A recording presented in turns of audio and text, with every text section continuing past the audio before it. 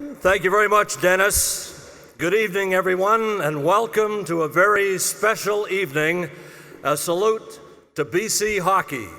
It's especially gratifying to see so many past inductees in attendance. They're here to help us welcome an exceptional class of 2017 inductees. I'd like to thank Red Rooster Winery for their generosity for supporting the cocktail party.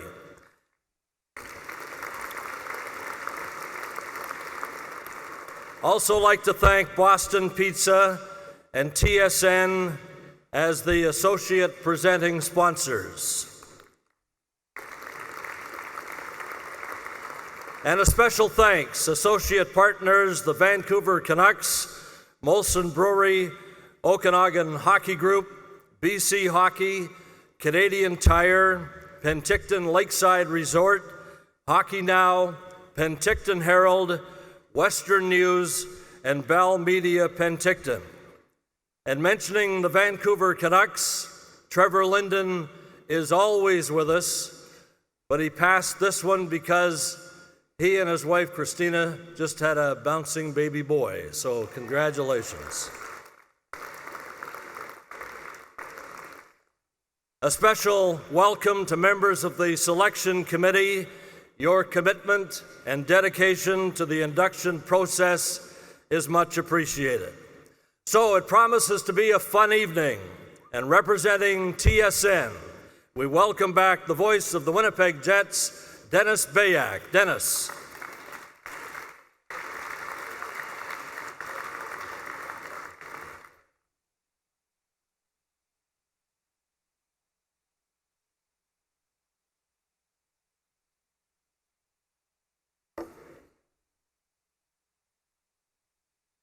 Thank you, Bernie. Welcome and congratulations, first off, to all of tonight's inductees and award winners. A job well done by a lot of the BC teams and individuals that enjoyed a very good season. We will recognize some of you in a few minutes, but thank you to all the coaches, the officials, the volunteers, the managers, and the fans that are needed to make it all work. I will echo Bernie's acknowledgement of Boston Pizza, TSN, Vancouver Canucks, Molson Brewery, Hutch and Matt. I know you guys are here. Thank you for the product. That's a personal thank you, but thank you to all the sponsors as well. This great weekend officially gets going with the Thursday night cocktail party at Red Rooster Winery, the beautiful setting, the delicious food, and of course, the terrific wine. For some of you, it was a really good night with the wine. Didn't seem that great this morning. But it is nice to see that we are all right back at it tonight and that there's no quitters in this group. A round of applause for the work last night by Bernie Pascal, Andy Oakes, and Dixon Ward.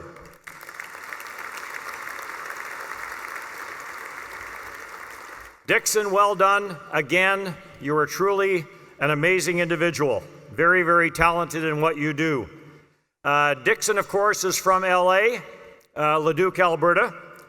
Probably not the first time you've heard that line. High school in Leduc was so small they couldn't have driver education and sex education the same day because they used the same car. But he had a very good college career, a very good minor league career, and a very good NHL career. He knew it was time to retire when he had to shoot it twice just to ice it. Interesting conversation earlier today, and it's based about all of us getting a little older and not wanting to admit it, and hearing is one of the first things to go. So the conversation kind of went like this. Bob Nicholson said, "It's windy today." Steve Tambolini said, "No, it's Thursday." Bruce Hamilton said, "No, I'm thirsty too, let's go have a beer." Brian Burke said, "You guys need a hearing test." To which John Shannon said, "What's wrong with a hairy chest?" But as we age, things need to change for us, and one of the things that need to change is the names of songs. Kenny Rogers with the Scooter song, "You Picked a Fine Time to Leave Me Loose Wheel." Ringo Starr, "I'll Get By with a Little Help from Depends." Willie Nelson, "On the Throne Again." And of course, Buddy Holly, all of my lovin', all of my kissin' sure feels different with your top teeth missing. Oh boy. I think this is about my 6th year of doing this, and it's interesting how times have changed. How you have to be more politically correct now. People get upset much quicker with what you say. You can no longer use lines like the handsome prince that asked the beautiful princess to marry him. She said no, and he lived happily ever after. You can no longer get a little risque, like Dixon Ward when he was at UND. At the end of one season, a lot of him and his buddies decided to go to the Virgin Islands for vacation. When they left, they were just the islands. The couple that got their KY jelly and their window putty mixed up. All their windows fell out. But I know where you guys were going. Or a bunch of us got talking about Viagra. I was asked if I could get it over the counter. I said I could if I took 2. So those are all jokes you can't use anymore. Or redneck jokes. You know you're a redneck when you take your dog for a walk and you both pee on the same tree. Or you miss a part of grade 6 because of jury duty. Or if you try to localize it, it makes people upset. Like the toothbrush was invented in Arkansas, or else it would have been called the teeth brush. But no, you can't use any of those anymore. So basically, I have nothing for my opening monologue, so we'll just get on with our program. Thank you. It is time to recognize some individuals for their achievements. Back-to-back Stanley Cup champion from West Kelowna, Justin Schultz of the Pittsburgh Penguins. Round of applause for him.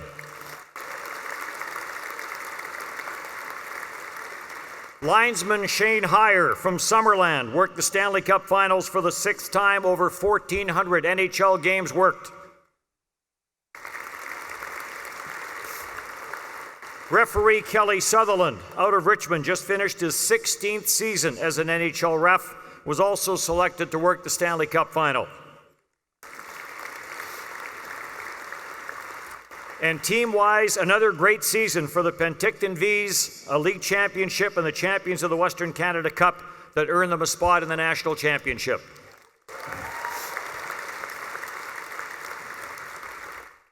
There are others that need to be recognized. Officials Nathan Van Oosten of Vancouver and Brett Iverson of Richmond, who, for all their work at the IIHF Championships. Junior B champs from Beaver Valley. The Caribou Cougars, who competed in the TELUS Cup, which Prince George was hosting. The Greater Vancouver Comets for their representation in the Esso Cup. The Burnaby Winter Club, your Western Canada Bantam champions. A round of applause for all. Thank you.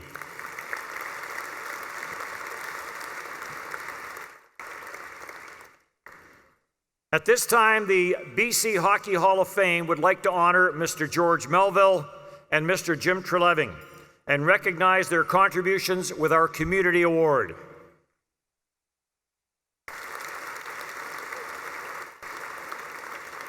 It's over 50 years since Boston Pizza opened its doors in Edmonton.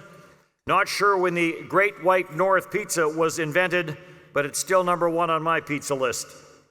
From school programs to Big Brothers, Big Sisters, financial assistance to people and programs in need of financial help, to supporting minor hockey, to their support of the BC Hockey Hall of Fame, and as we saw this week at Predator Ridge, involvement with junior golf. Gentlemen, to you and your Boston Pizza Foundation, thank you and congratulations on this well-deserved recognition. I'm not sure if Jim is here. Would George please come up, along with Chairman of BC Hockey Hall of Fame, Jim Dunlop.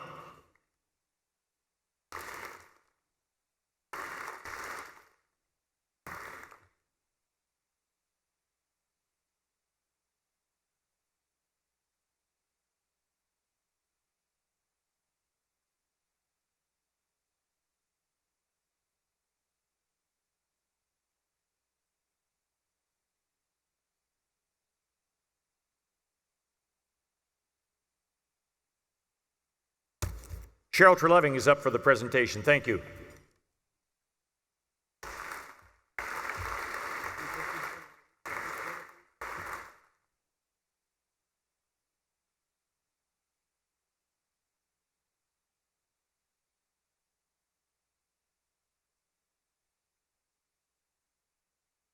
The Larry Ashley Award is a humanitarian award dedicated in Larry's memory.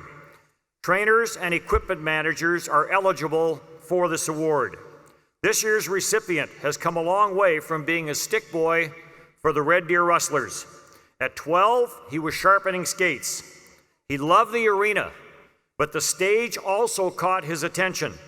He was involved in high school plays, even writing and directing some. On his way to 2,000 games as an athletic trainer in the Western Hockey League tells us which road he chose. But his storytelling over the years has kept many teenage players entertained on those bus trips. Edmonton Oilers coach Todd McClellan had him in Swift Current and referred to him as the glue for the way he kept everything together. From there to Vancouver, and now heading into his 11th year with the Kamloops Blazers. Add to that Hockey Canada's U18 program, the World Junior Championship, CHL Prospects game. From skate sharpening to taping up players to dressing room laundry to counseling to mentorship, Toledo has done it all, and done it all very well. Well respected and a great personality. We recognize and congratulate this year's recipient, Colin Robinson of the Kamloops Blazers.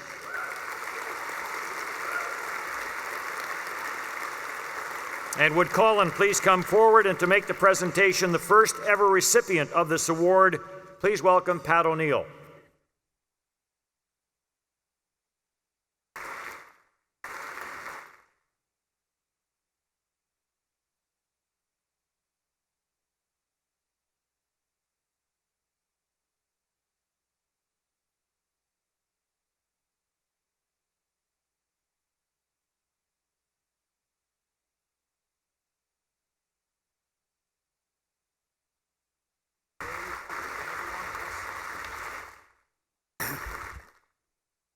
Holy, it's a lot of eyes staring on me here, and haven't had this many eyes since I started in Beauty and the Beast in grade 12. I played Beauty. Real quick, I just want to say thank you real fast. First and foremost to the BC Hockey Hall of Fame. I've heard about this event for years, and to be here tonight is amazing, a venue. Great job. The committee, thank you. I want to thank the Larry Ashley family. As a young trainer, Larry was a role model. He's a game changer for us trainers, and I try real hard to be somewhat like him in how I care after my players. I want to thank the Blazers. Stu McGregor's here, Don Hayes here. Thank you for coming. I love going to work and going to war with you guys every day.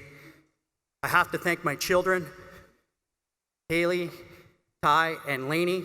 They never once question when I'm on the road or what I'm doing if I miss a birthday, but they're always there cheering us on. I could stand here forever and talk about my wife, but that would bore you and it would only help me. But Tracy, you are an angel. You have a heart of gold, and most of all, you're my best friend. Thank you. And one quick story. 20 years ago, I got a plaque from my team. Had a picture of a boy on it, staring at a barn, and a bunch of words on the side. It said, Toledo, in 20 years it won't matter what kind of car you have, how big your house is, or how much money's in your bank, but what will matter is you made a difference in our lives. And I stand here today and tell you, I look forward to another 20 years of trying to make a difference in young players' lives. Thank you so much.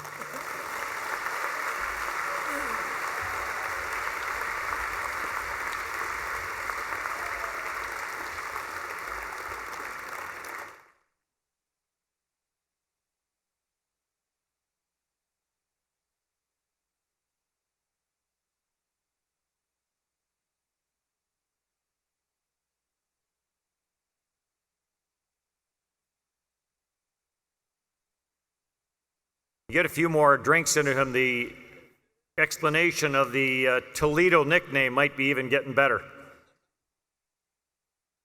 Each year we have the presentation of the BC Hockey Now Minor Hockey Player of the Year Award to recognize an individual who best exemplifies sportsmanship and leadership to go along with hockey ability, performance, school, and community participation, and serving as an inspiring role model. The Player of the Year program is in its 18th year. This year's winner is from Surrey. He has been described by hockey people as a complete player, a power forward, a leader. With Delta Hockey Academy this past season, in 29 games, he recorded 32 goals and 64 points. He led UBC Cup in scoring, was selected number 3 overall in the Western Hockey League Bantam Draft by the Vancouver Giants. There is no shortage of big moments in this young man's young career, with many more to come. Congratulations, Justin Sourdiff.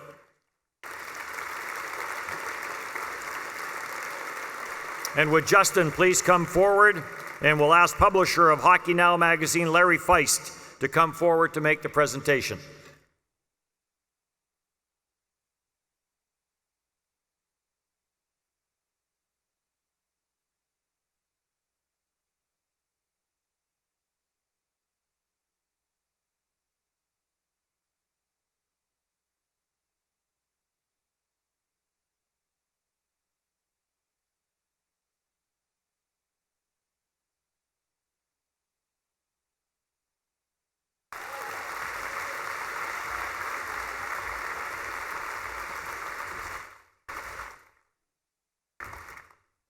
Congratulations, and we'll give you the microphone, and I'm sure there's some people that you would like to thank.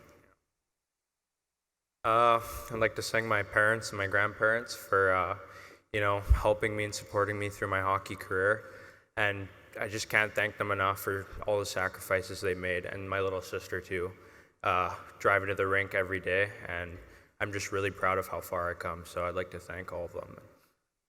Thank you. Describe yourself as a hockey player. I think I'm a leader. I support my teammates, and I'm always there for them if they're going through a tough time, because I would want them to be there for me if I was going through a tough time. And, gotten a lot of support from everybody, and I just super proud. I'm a really proud person. Thank you very much. All right, thank you.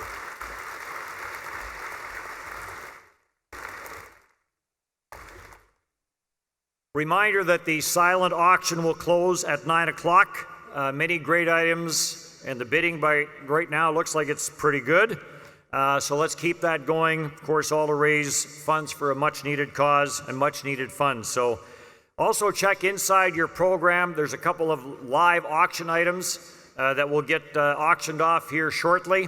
A couple of trips, one to Calgary, one to Vancouver in there. So take a look inside your program. Also inside your program is a list of all the Hockey Hall of Famers, the ones who have come into this great establishment before you and before the ones that are going in tonight. And many of them are here tonight, so just take a look through that program. Tonight, and hopefully going forward, I will have a co-host for this event, and it's time to get him up here. He knows he's the co-host tonight. I'm not sure he knows that he's the recipient of the Bernie Pascal Media Award, presented annually to a media person who demonstrates commitment and dedication to the promotion of the game. It all started as a high school sports reporter in Nanaimo. He idolized the great Jim Robson, practiced his play-by-play at the Nanaimo Clipper games, on to the Western Hockey League with stops in Kelowna, Swift Current, and Vancouver with the Giants, on to the NHL with the Vancouver Canucks doing their games. He now works for the Vancouver Canucks, loves soccer, and you can hear him as he does the Vancouver Whitecaps games. Congratulations, Joey Kenward. And to make the presentation, would Bernie please come back up?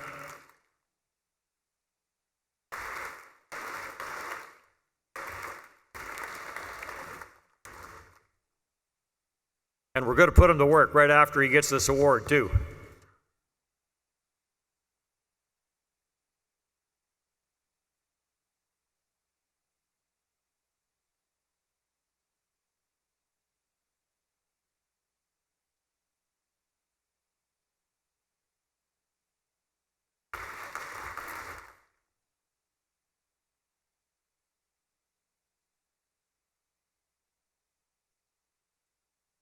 Dennis just asked me, did you know? I didn't. Wow. That is, wow. As Dennis mentioned, I'm not a hockey player. I played 2 years of minor hockey, and they were both in Kamloops from 1984 to 1986. But even back before then, I always wanted to be a hockey broadcaster. And growing up on Vancouver Island, born in Victoria, raised in Nanaimo, was able to see that dream come true. As Dennis mentioned, I started as a color analyst for Bruce Hamilton's Kelowna Rockets in the late 90s, had my first play-by-play job with the Swift Current Broncos, and Toledo, by the way, who was just up here, he was my first roommate. You talk about stories, I've got a few. And then I came back home and into BC, working for Mr. Ron Toigo's Vancouver Giants for 5 years. Was eventually able to live out a childhood dream and become one of the broadcasters for the Vancouver Canucks. So I don't know who put my name forward for this award, but I really thank all of you, and it's specifically the Vancouver Canucks and the Vancouver Giants and everybody involved with the BC Hockey Hall of Fame. Thanks very much. This is a big surprise, and I'm glad Joe Sr. made the trip down from Kelowna to come and be with us, so you can take this home. Thanks very much. Wow. As Dennis mentioned, we've got a couple of other worthy recipients of different awards tonight. The Patricia Carter Award is presented annually to an individual from British Columbia to further his or her education. The recipient, a student athlete that shows perseverance and dedication to both hockey and to school. This year's recipient is Brenna Hannon, and she moved from Abbotsford to Penticton 3 years ago to pursue her dream of playing hockey at the university level. In Abbotsford, she played on the boys' team for 4 years, and then onto the Fraser Valley Phantom female major midget team. She was part of a gold medal winning Fraser Valley club at the BC Winter Games. Then in Penticton, hockey included the Thompson Okanagan major midget team, as well as the Okanagan Hockey Academy. She's coached here at the hockey camps, as well as at the BC U14 and U16 female tryouts. Is she dedicated? You bet. And her perseverance has paid off. She's about to attend Aurora University in Chicago, Illinois this fall, and pursuing a degree in pre-med.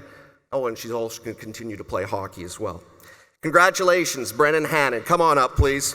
And to make the presentation, Andy Oakes. Come on up as well, from the Okanagan Hockey School.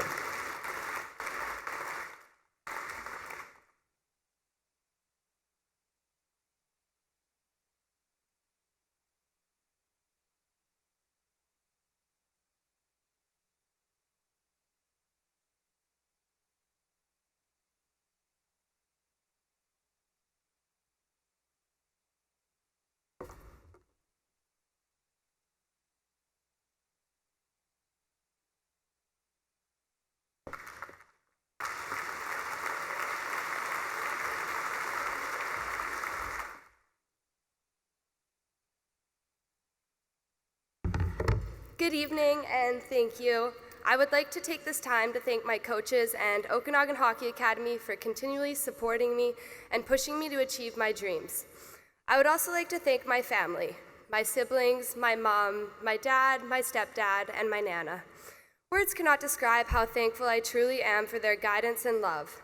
Each of them changed their lives to support me in striving for my dream. And most importantly, I would like to thank the Carter family and BC Hockey Hall of Fame for this generous scholarship. This is a true honor for me, and I hope to make the Patricia family proud.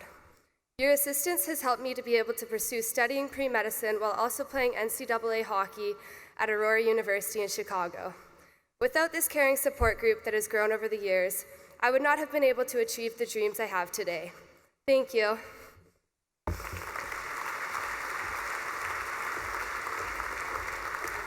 Congratulations, Brenna. Next up is the Dunk Jameson Award, and it's presented annually to an individual who exemplifies dedication to and the enjoyment of the game that we all love. This year's recipient has been a very important member in the community of Merritt and has been a part of that hockey scene for decades. 45 years ago, She was elected to the board of directors. She was the first person elected to the board of directors of the Merit Centennials Club and is still that team's treasurer. She started a booster club, raised and donated money so the team could survive. She's been involved in hockey in all ages in her community, and if not for her efforts, simply put, junior hockey might not be in Merit as we know it today. Ladies and gentlemen, please congratulate Beth Nadeau, who has made the trip over from Merit, and would Neil Jameson please come on up to the stage to make the presentation to Beth.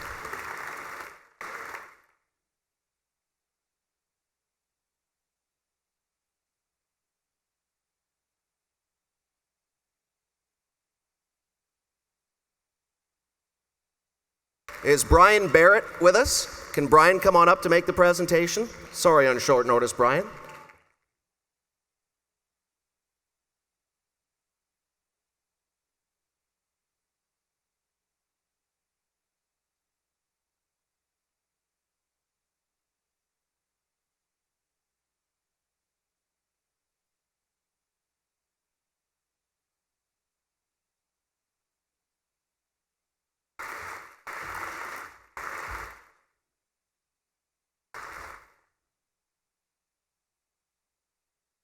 I just have to tell you, I'm even more shocked than the previous guy. But I thank you.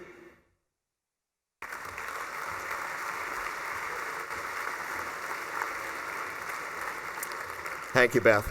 Congratulations. Ladies and gentlemen, we every year now will honor the memory and legacy of the late, great Mr. Pat Quinn with the Coaches Award that every year is now being presented to an individual regardless of their level of coaching.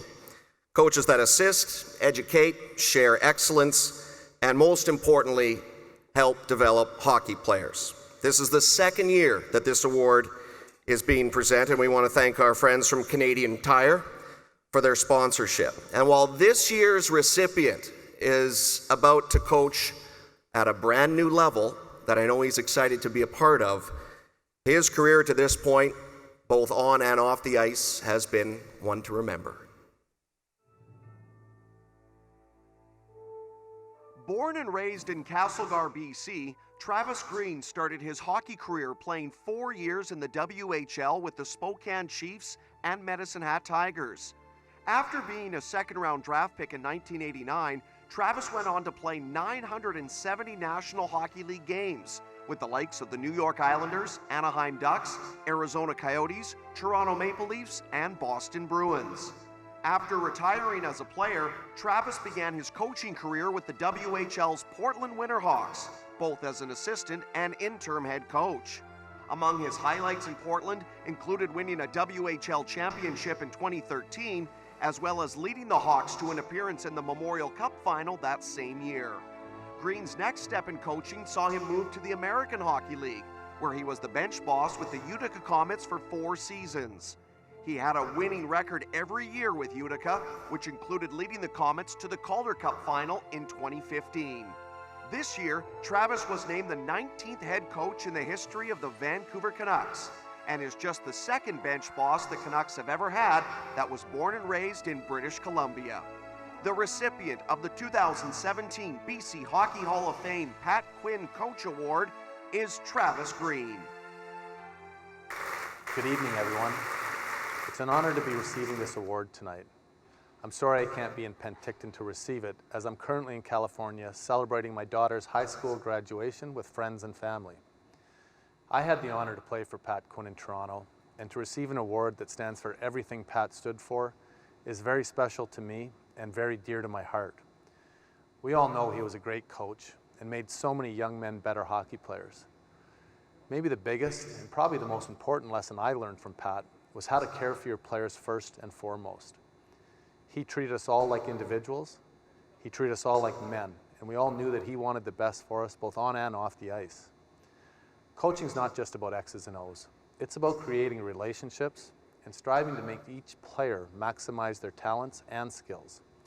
As a coach, I can only hope to impact people as Pat did for me and so many others in his life. Before I say goodnight, I'd like to thank Canadian Tire for sponsoring this event this evening. I'd also like to thank Ms. Sandra Quinn and their daughter Callie for presenting me this award tonight, and I look forward to seeing you in person during the season. Last but not least, the BC Hockey Hall of Fame for considering and selecting me for this prestigious award. I hope everyone has a great night, and congratulations to all the Hall of Fame inductees who are being recognized here this evening. On behalf of my family, thanks and have a great night.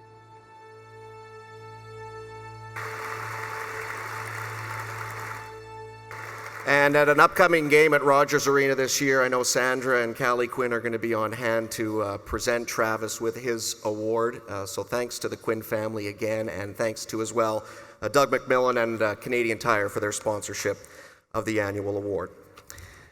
The Okanagan Hockey School's Pioneer Award is presented to an individual annually who is a pioneer in the sport of hockey. It could be someone, a team, anybody who demonstrates a commitment to their community by helping out young players with their goals and aspirations. And this year's recipient provided quite a legacy, not just here in his hometown and in his home province, but also overseas.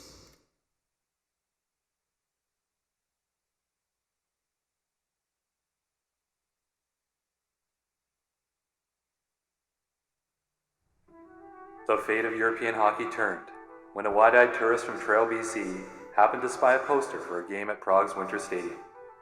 Mike Buckna, the 22-year-old Smoke Eater star, hadn't come to Czechoslovakia for hockey, but to see his parents' homeland with a friend.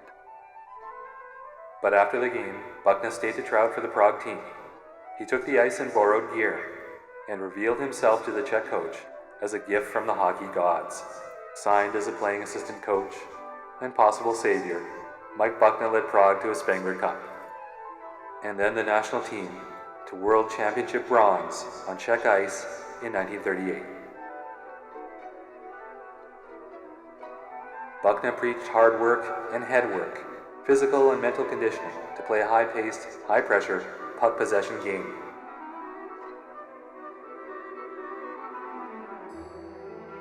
Playing this gritty and creative Smoke Eater hockey at the 1939 Worlds against the genuine Smoke Eaters, Buckna and his new mates pushed the eventual champs to the limit in a 2-1 loss. Buckna could have been one of Trail's world-conquering heroes. Carrying the hockey torch for Czechoslovakia instead, he had unfinished business, but that would have to wait. Just days after the Worlds, the Nazis invaded the country. Buckna returned to Trail, set scoring records, and turned down a contract with the Chicago Blackhawks to stay in the Kootenays with his wife and son. After the war, the Bucknas moved back to Bohemia, and Mike took charge of Czechoslovakia's hockey system. He built it from the ground up, crisscrossing the country, establishing minor hockey, giving clinics, and coaching and advising teams at all levels.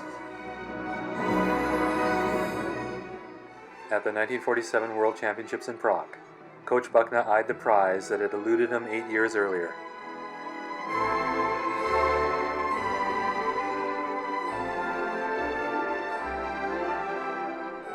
His Czechoslovakian national team clinched the gold with a 6-1 win over the U.S. And a hockey-crazed country celebrated its first ever world title.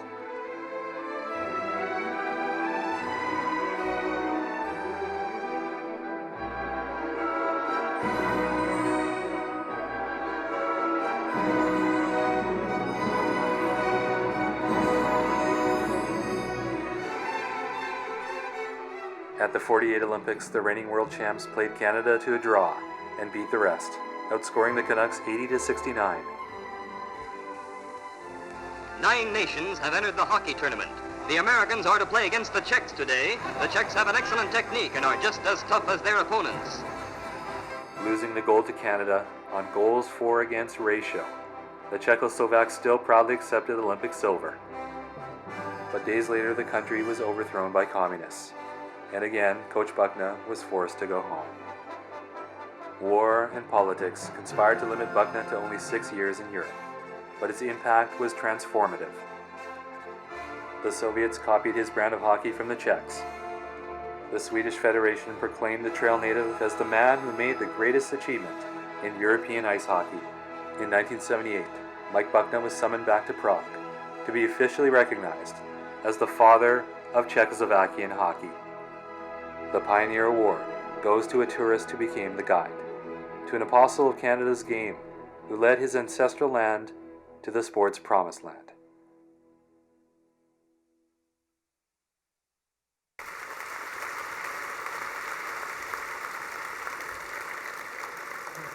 And we want to let everybody know that both Andy Oakes and Bruce Judd are going to make their way to Trail in the very near future to make the official plaque presentation to Mike's son, Mike Buckna Jr. What a story. Yes. We mentioned Boston Pizza before, and we always want to make mention of them. They've been great supporters of hockey, not just here at their roots in Penticton, but around Western Canada, and now they're starting to help grow the game in a variety of different ways. They've been a big supporter as well of the BC Hockey Hall of Fame. And they're also having a fantastic partnership with the Vancouver Canucks, and in specific, the Canucks for Kids Fund. And I want to make mention of something that some of you might be aware of, but maybe all of you aren't. The Canucks for Kids Fund this past year raised $3 million for their efforts around British Columbia to help out kids and their families. And earlier this week, the Vancouver Canucks and the Canucks for Kids Fund, thanks and help from Boston Pizza, donated $50,000 to the BC Wildlife Relief efforts. So a big round of applause on both counts. As always is customary here at the BC Hockey Hall of Fame ceremonies, we want to bring up Cheryl Treeliving, the Executive Director of the Boston Pizza Foundation, for a check presentation. And normally Trevor Linden would be up here to say a few words on behalf of the Vancouver Canucks, but we're going to call up in his absence a legend in his own right from the Canucks, a member of the BC Hockey Hall of Fame himself, Stan Smeal. Come on up, Steamer, for the presentation.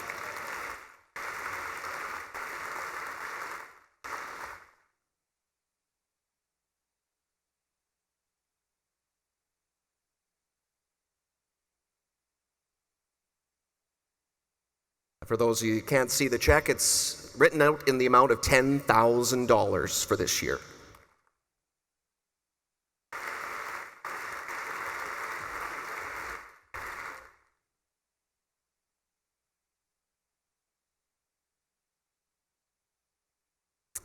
Thank you so much, Boston Pizza.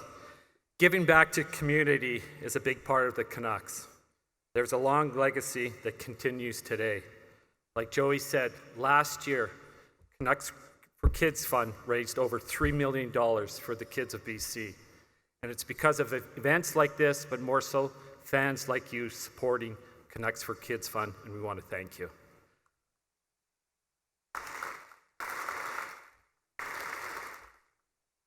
I just want to, the 2017 inductees, I got to play with two of them and worked with one in management. Thomas Gradine and I, we came in the same year. We formed an all-rookie line with Kurt Fraser on the left wing. Very unusual that three rookies could come in and make an NHL team, but not just for 1 year, for 5 years. And it was a line that stayed together. It wasn't an on and off line. This line stayed together. So one of the big reasons was Thomas Gradine. His skill made myself better as a player. He was a faster player, so in practice I had to keep up with Thomas. My stick handling abilities, Thomas did not go in the corner, so I had to go get the puck and make plays to Thomas.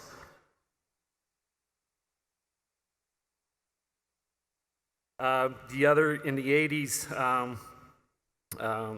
it was kind of intimidation hockey out there, and when the European players were coming over, a lot of cheap shots were taking place out there. I saw Thomas stand up for himself. He didn't need Kurt Fraser or I.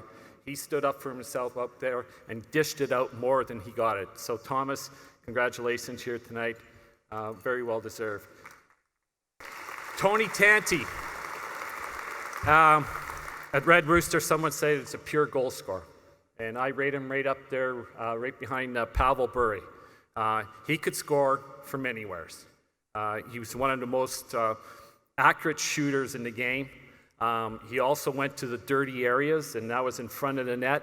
And you could shoot the puck as hard as you want, and Tony would be able to deflect the puck from any player that was shooting the puck. He had an amazing ability to read and see the puck, and he scored more goals by deflections in his career. But he has that record that they talk about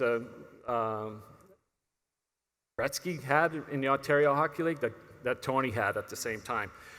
In the management part, I worked with Dave Nonis, a skilled hockey player. I didn't know a lot about Dave when he first came with us in our organization, but I saw a lot of video. He was a very skilled player. Not only that, I saw his ability that he had a great knowledge for the game and a great work ethic in the game. And over the years, Davey, you have a great handprint on the success of this team going to the Stanley Cup 2 years in a row. So, Davey, congratulations here. The other thing is, the other thing I saw in Davey is that he can control one guy. And a lot of people know this one guy, and that's Brian Burke. He could always control Brian, so I always respected Davey for that.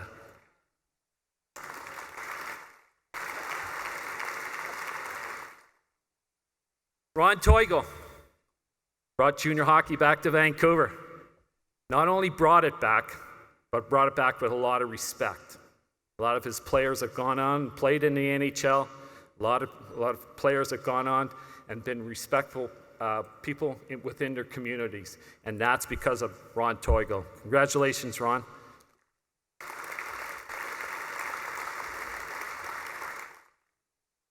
Brad Lazarowicz. Try saying that when you're going down the ice and he blows you offside, and I know I was onside and he called you offside. You try to swear at him and say his last word at the same time, it's not easy.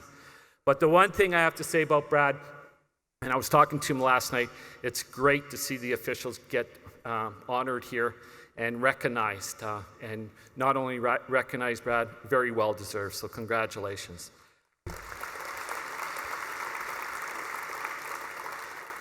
John Shannon. You take a look at his resume, Hockey Canada, Olympics, I think, in Salt Lake City, Sportsnet, and a kid from Oliver that does this and has such a great resume underneath him. And why? Because he has a passion and he has a love for the game. And you could tell that when you hear him on the radio and on TV. John, congratulations out there. So lastly, Powell River Regals. Allen Cup champs, 17 born and raised players. So I sum it up this way. You look in the dictionary, you look under the word team, and you see the Powell River Regals. Congratulations. On behalf of all the Vancouver Canucks, I want to congratulate all the inductees here tonight and enjoy your evening.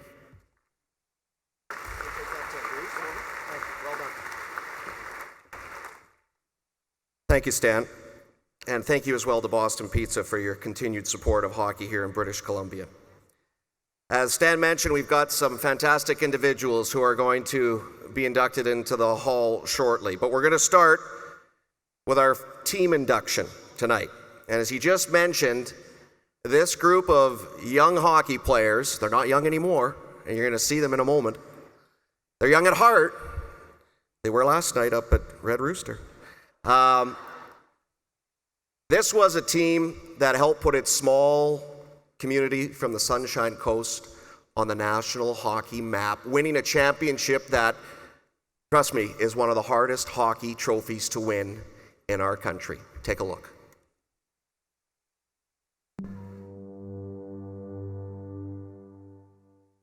Hockey has the amazing ability to bring people together. It creates camaraderie, community, and civic pride.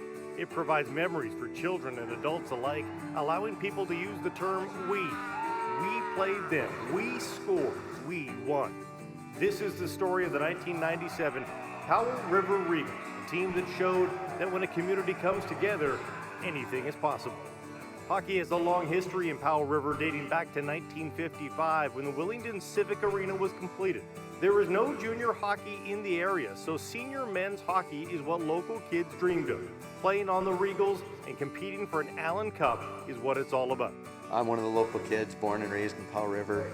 Grew up watching Regal hockey from as far back as I can remember. As I was born and raised in Powell River, representing the town and the community was a huge honor. In April 1997, the Allen Cup took place in Powell River, giving the Regals a chance to win a national title in front of their hometown crowd. This is it, baby. This is where it's all going to take place. We're going to take the roof off this place tonight. You're telling me. The team was a true representation of the community they represented, with 18 of the Regal players coming from the area. The team finished the round robin first and would face the War Road Lakers, who were looking for their 4th straight title in the finals. Racer, head her out. Come on, Racer! Come on, Racer! Come on! Hey, get that hanger off the box. Hanger, let's have some fun, Blake. Let's go, Blake. Got to end tonight. Tonight's the night. You know her, Johnny. This is it. Stars. Tonight. That's right. Despite trailing 2-1 late in the second period, the Regals stormed back. Tournament MVP Scott Mastrodonato's goal into an empty net sealed a 7-3 victory for the home team in front of a packed recreation complex arena. It's it! That's it, folks. Look at the bench. 7-3 Regals, and this is it. It's over. Stick a fork in the War Road Lakers. They're done. The Regals were champions. It was a life-changing experience for not only the team, but the whole community. And there they go!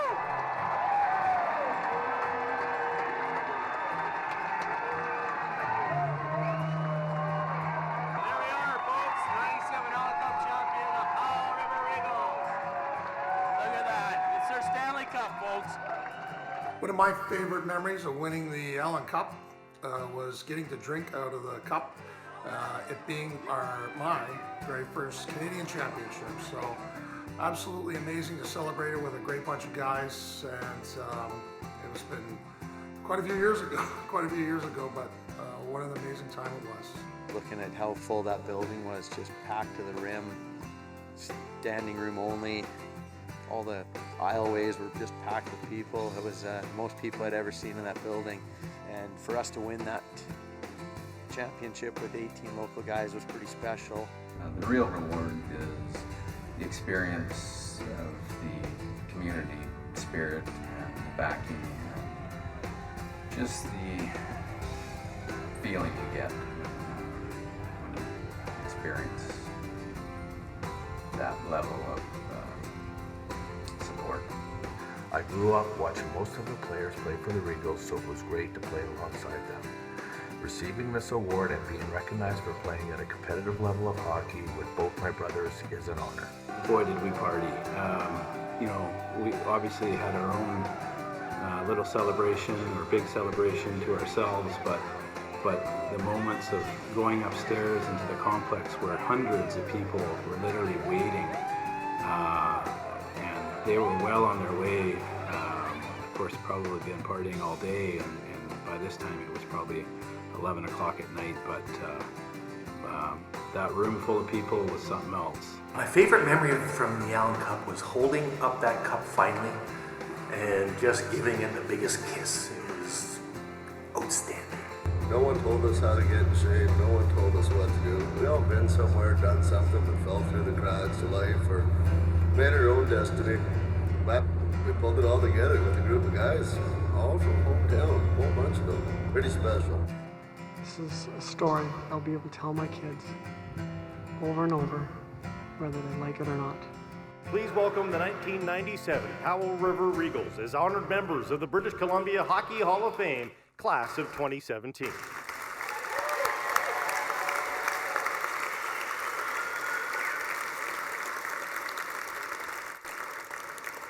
NHL broadcaster Jim Houston is going to come on up to make the presentation, please, to Todd English, He's going to hold the plaque, but we want every member of that Powell River Eagles team who's in attendance tonight to come on up to the stage, please, and Todd's going to speak on all of your behalf. He's got the plaque there. Todd, I'm just going to take the photo with you here first. When they get up here. I've done my sentence, but committed no crime. And bad mistakes, I've made a few. All the way. I've had my shells and kicked in my face, but I've come through. I need to go on, on, on, on. We are the champions, my friend,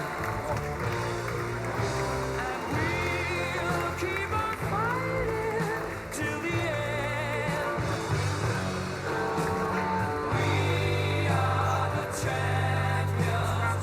We are the champions.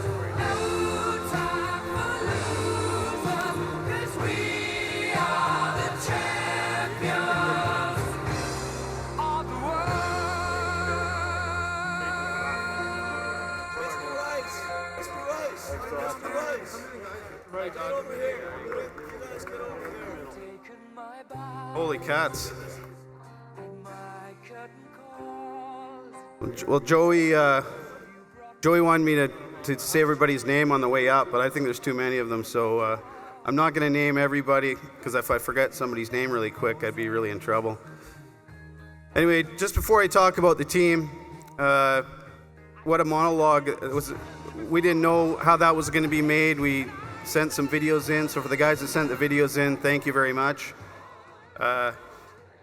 Really, I don't know, I've heard it 20 times. Somebody said, hey, you only can be 5 minutes, because there was this guy up here 2 years ago that went for 35 minutes.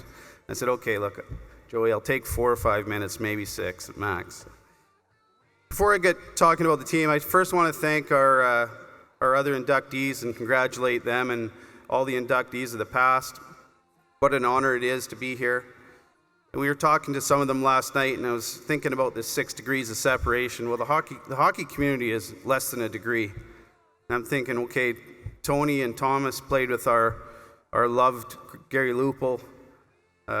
Dave Nonis's son played junior hockey in Powell River for a couple of years. We have an NHL linesman, Trent Knorr, who I'm sure Brad Lazarowicz knows. Ron Toiga was born in Powell River and went to the same elementary school we did. Now, John, I was talking to you last night, and I was trying to find how we're connected, or how you're connected to Powell River, but I'm sure by the end of the night and a few wobbly pops, we'll figure it out. So congratulations to all the inductees, and what an honor it is to be involved with you and all the inductees of the past. And thank you to the BC Hockey Hall of Fame and whoever nominated us. Thank you to them as well. It's just a huge honor, and on behalf of the team, I can't say enough about what it means to our community. And you saw a little bit of the passion in some of the guys' voices when they're talking about what had happened and what went on. But really what it was, it started in 1955 when the mill started recruiting all the Saskatchewan and Albertan and the guys back east that really knew how to play hockey to come and develop a system. And in 14 years, and Ron would probably remember, the Regals won in 1970. We played 27 playoff games in consecutive weekends, and there was one local on the team. And 27 years later, we had 17 locals on a national championship team. And we're just a product of that system and those guys. So we really have to thank our alumni and the Regals of the past who developed our culture and our structure in hockey in Powell River. So let's give the alumni a big round of applause.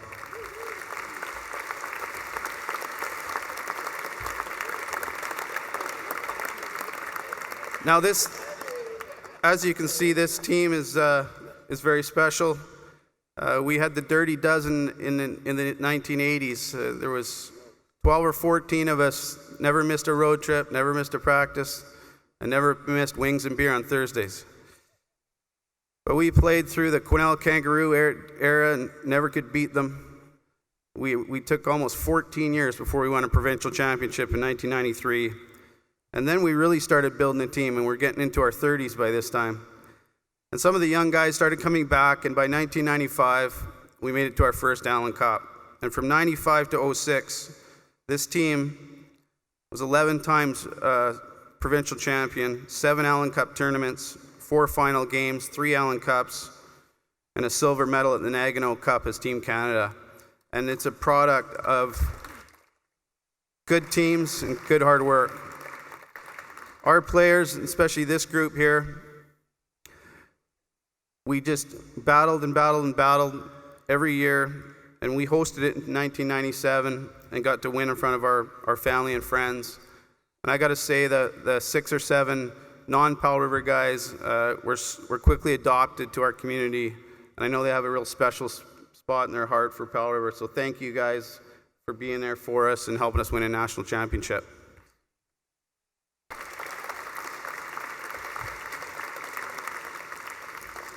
That year we had, I was doing quick math today, and I had a bit of a fat head this morning, I think like a lot of people did. I heard Joey said that they ran out of beer at the Red Rooster last night, and it was the first time, or maybe it was Mooner was telling me that. We had 168 years of Regal service on this team when we won in 1997. So that's how many years we had put in before we won a national championship. Just an amazing feat. At that time, our trainer, Dennis Dyer, had 17 years or 18 years, and he's still around at the rink every day, helping out the junior team, helping out the senior team. We presented him with a Hall of Fame ring last night from the team, so I just want to recognize Dennis Dyer in front of everybody because he's a pretty special man.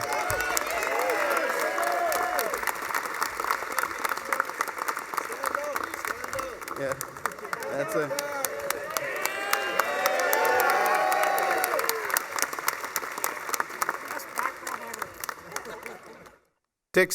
Dixon Ward and Andy Oakes had a real heartfelt speech about what we can do for our game and our communities, and we spent so many weekends and so much time away.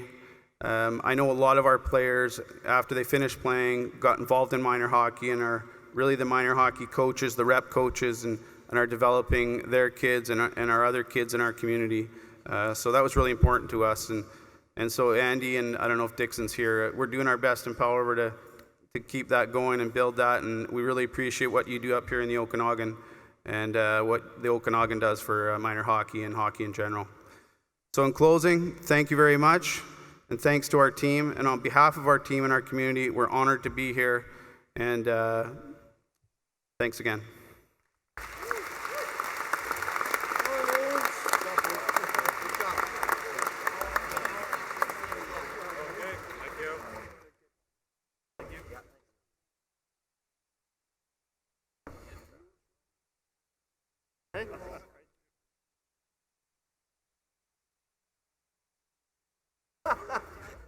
Baby.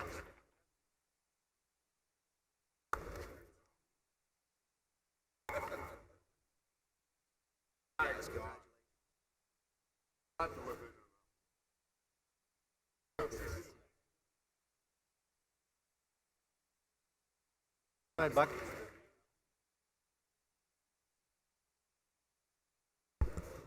All right, as the newest team inducted into the BC Hockey Hall of Fame, exit stage left, want to get on to our first individual that's being inducted tonight. Being an owner of any hockey team, but especially a junior hockey team, certainly takes up a boatload of one's time. On-ice issues, off-ice issues, league issues, and of course, playing a big part in the league's success. But our next inductee has also made it a priority to make sure he does his part away from the hockey team to make his community as strong as possible. Take a look.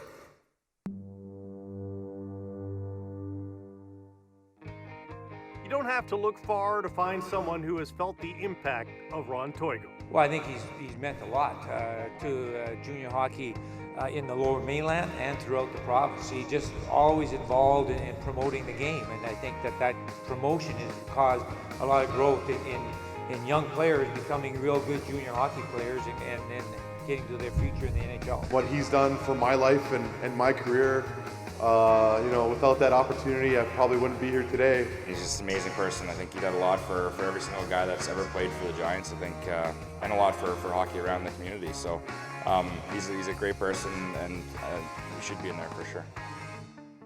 Ron Toigo played hockey as a kid, but in his own words, quote, "I'm not sure they had a camera back then." His involvement in hockey ownership goes back to 1991 when he was a part of a group that bought the Tri-City Americans. But it was in the year 2000 when, along with good friend Pat Quinn and Mr. Hockey Gordie Howe, that he helped bring major junior hockey back to the city of Vancouver. It didn't take long for the Giants to become an on-ice success, winning their first WHL title in 2006. The next season would be a banner year for junior hockey in Vancouver as they were scheduled to host the 2007 Memorial Cup, thanks in large part to Ron Toigo's hard work and dedication. That dedication was felt by his team, and he paid it back with a memorable tournament run. Enjoy Vancouver! Your Giants are about to win the Memorial Cup!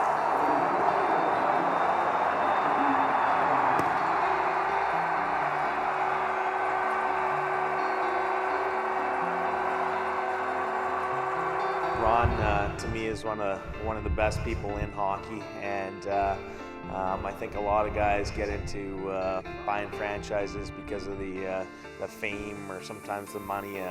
Ron did it for one reason, and that was to win.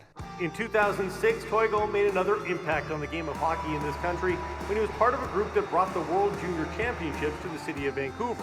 We thought we could do something special, he would say. Something special is exactly what happened. Make it back-to-back gold medals. Canada brings it home in Vancouver.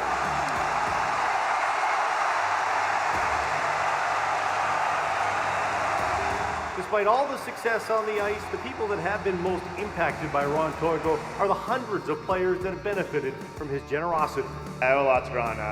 Coming as a 16-year-old, the timing of my life with stuff going on with my family, Ron made it really easy to come up here and live away from home. And when my mom was battling cancer treatments and stuff like that, he was gracious enough to fly her out when she was feeling better to come see her first game and stuff like that, and sit in the box with them. And it's just little things like that you remember. Goes out of your way to help you as a player. And you could be here for 2 years, 3 years. I was here for 4. So they were my family at a very young age, and they molded me to the person I am today. But for me personally, I basically owe him everything. He brought this franchise to Vancouver. I was able to draft me, and I was able to come play here. He was a guy that you could approach. You deal with some owners that you can't talk to them. And I think Ron's just a personal guy that you can relate to on many levels. Please welcome Ron Toigo to the British Columbia Hockey Hall of Fame.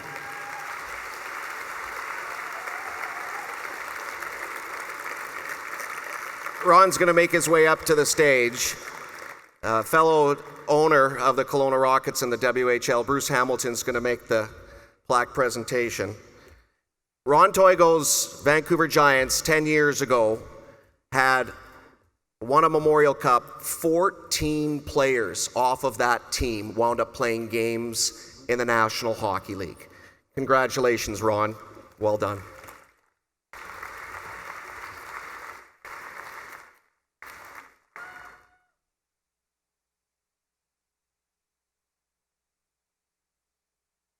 I just would like to quickly say a few words here tonight on behalf of the Western Hockey League, most importantly. But there's a few people looking down on this event tonight that are very special to Ron. His father, Gordie Howe, and Pat Quinn were all very important parts of the Vancouver Giants. And I'm positive tonight that they're looking down and very proud of Ron and his family. And what a wonderful honor for myself to be able to present this to him and welcome him to the BC Hockey Hall of Fame. Most deserving for somebody who's done a tremendous amount for hockey, not just for the Western Hockey League, for British Columbia, and bringing the many events that he has to Vancouver and the Lower Mainland. So, Ron, congratulations, and Michelle and the family. Wow, great night tonight. Congratulations.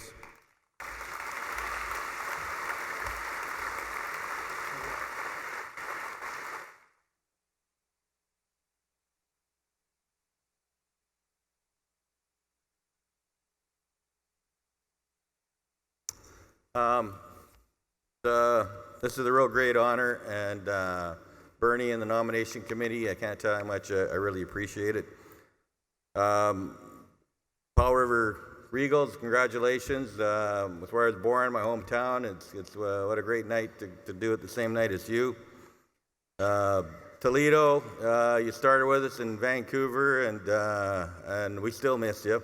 But congratulations on your award. You're an amazing trainer, and all the comments about what the players said about you is true, and we sure miss you. Joey, you know, it's a great honor for you as well. You know how long you've been in hockey when almost everybody up here tonight's worked with you at one point in time. So, and Justin Sordiff, our first pick from last year. Congratulations. I wasn't aware of that tonight. It's a real honor to be doing this tonight. Well, you're getting your award. It's a thrill, and we're excited watching you put the Giants back to where they were when we were winning those Memorial Cups and being part of this turnaround that we're about to go through. So, the rest of the inductees tonight, we're all connected in one way through Pat Quinn. Yeah, you know, he was friends of all of us. Tony, through hockey, I know you were friends with Pat. Thomas and Brad, I know or Thomas and Dave, I know you worked with Pat, with the Canucks. And John, I know you videoed him all the time, and was part of the Hockey Night in Canada and the evolution of that. And Brad, when I asked you what you thought about Pat last night, you said all I remember is him yelling at me all the time. So I knew Pat thought a lot of you, and Dave, I know that he thought the world of you as he brought you into the fold there, and then you and Berkey moved on to bigger and better things from there. I got into the hockey business in 1990, and when I bought the Tri-City Americans, I didn't have a clue about the hockey business, and what a disaster it was. I made every mistake under the sun. It was probably, there wasn't any mistake we didn't make, but we learned a lot. And that I know I lost a lot of money, I lost a lot of hair, and things didn't go well for the first go around. But in 1996, when Pat Quinn was let go by the Canucks, we're out for lunch, probably at a white spot, and we're talking about what he's going to do next, and Pat said, maybe I'll use my law degree and go into that or something. But he said, so Pat asked me, what do you think? I think the Western Hockey League would work in Vancouver. And it's something I had never thought of before. And I said, you know what, Pat, it might work here. And, you know, I know things changed a lot from when it went left. And so why don't we start looking at it? And I think that year, Washington went to the Stanley Cup, and George invited Pat out to that, and Pat got the Leaf job, and so it kind of went on the back burner, but I continued to work on it. And by 1999, I said, Pat, you know, I think it really works here, and I was fed up with Tri-Cities and being in driving out of that mark and doing that. So we pursued it, and Gordie Howe, we were out fishing one summer, and he wanted to be part of it. So with Pat Quinn and Gordie Howe, I really liked our chances of having some success. So in 2000, we were awarded the Vancouver Giants, and 2001 we got going. And our business plan was just do the opposite of what we did in Tri-Cities, and it worked. It worked really well. And part of getting the Vancouver Giants that we said when we made our presentation was Vancouver is a good city for events, and we knew that they would support a World Juniors, they would support a Memorial Cup. They would support a top prospects game and so on. And so the Vancouver's awarded the Olympics, and so we decided to go after the World Juniors. And Bob Nicholson, I can't tell you how much we appreciate you trusting us. And I know Ottawa was the guys that were supposed to get it that year, and he really believed our story, a story that we really didn't know what we were telling at the time because we'd never done it before. But he believed in us, and we delivered, and it was one of the greatest events ever. I think it took Hockey Canada or the World Juniors to a different level where the money was a lot, but the event was really, it was fortunate. There was an NHL strike at the time, and everything went right. They won, and Bob, you've been a great friend ever since then, and I appreciate everything you've done for me. And from there, we went on and did the Memorial Cup the following year, and again, with Stu Ballantyne, Callie Quinn, my son Pete, and Dale Sipe, and then the rest of the group that did the event the year before, what they learned from the World Juniors, they carried on from there, and we won it, and couldn't have done it without Don Hay, and Scott Bonner, and Craig Bonner, and all the staff that was there, all the Giant staff, and the volunteers, and the amazing thing is, through this whole event, you make so many great friends, and all of you in this room are friends, and we've all worked in this circle of hockey in some capacity, and it's been a great ride, and we look forward to hosting the 2019 World Juniors next year with Barry Petrochenko and with Victoria, and it should be a great event as well. But all these things don't happen without support, and I'm so fortunate to have support from my family, my wife Michelle, my mother Elizabeth, Zach, Rebecca, Steph, Pete, Sarah, all of you, Abby, and but our ownership group with the Giants has been really special. We've been through some bumps along the way. We're not doing what we used to do, and since Pat's been gone, we lost Pat, and which I know he's a great friend of almost everybody in this room, but he was a real void in our department, and so when we're making moves, we go, well, what would Pat do? And so we make these moves, and then we go and lose a whole bunch of games, and we go, well, maybe Pat wouldn't have done that. So now we're going to go with what wouldn't Pat do, and we're going to see if that works. So we're going to try that one out for now. But it's been great, and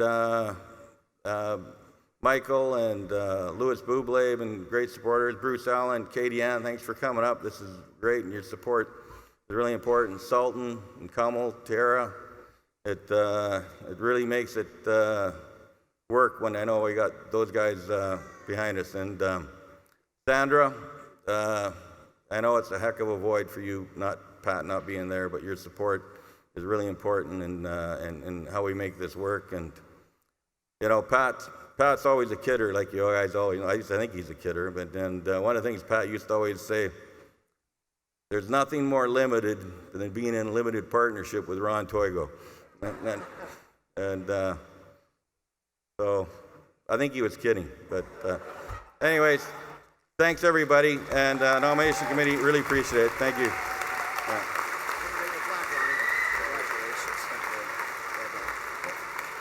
I better not take yours, right?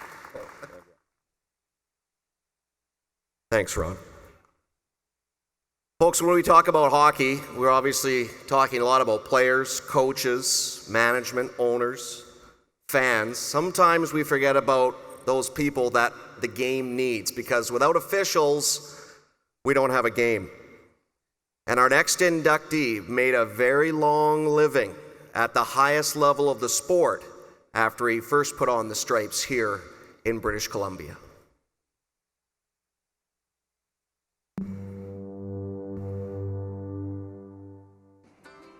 Like most Canadian kids, Brad Lazarowicz grew up playing hockey.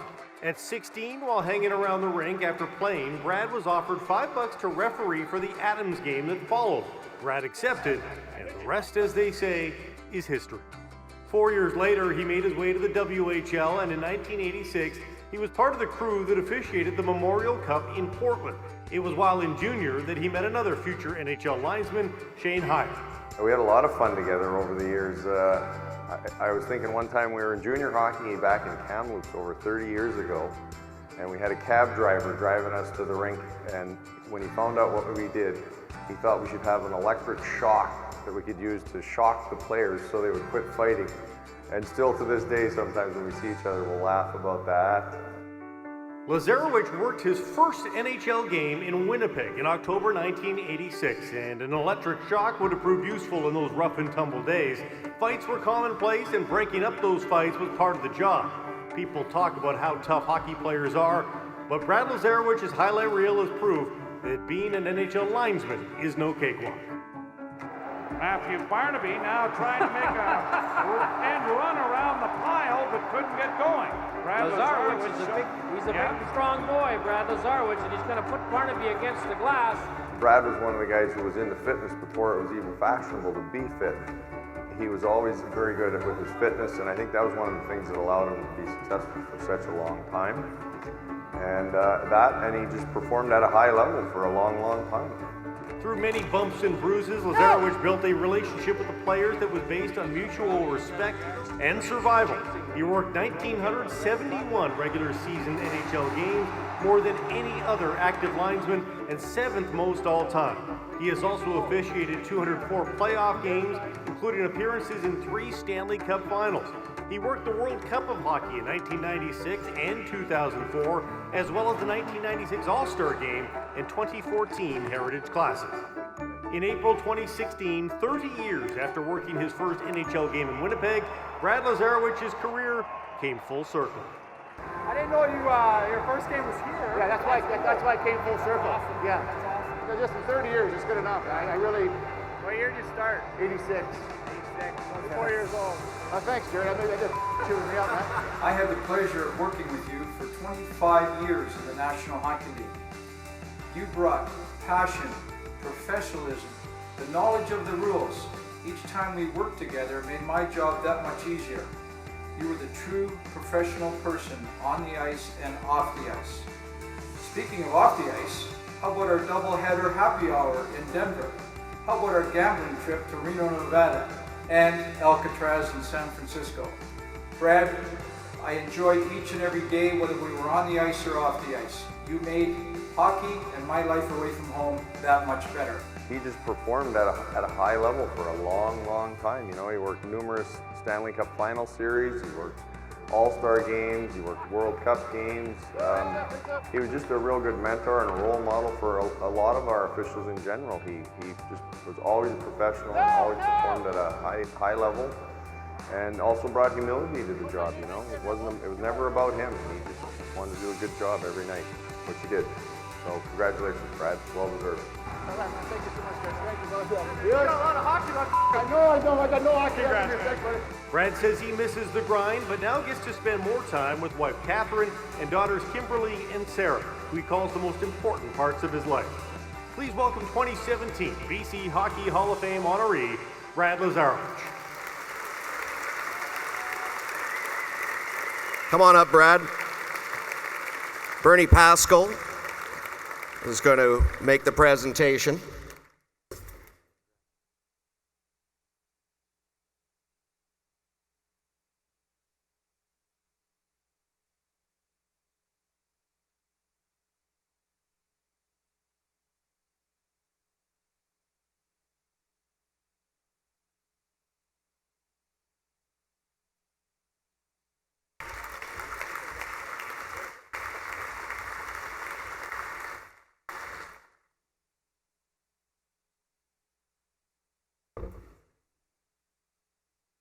I'm pretending right now I'm Justin Trudeau because he speaks really well and I don't.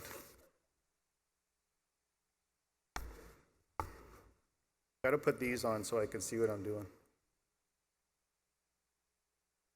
Before I start, it's kind of funny, you know, we always sneak in the back door work the games, do our job, leave, and then it's a good job for us, right?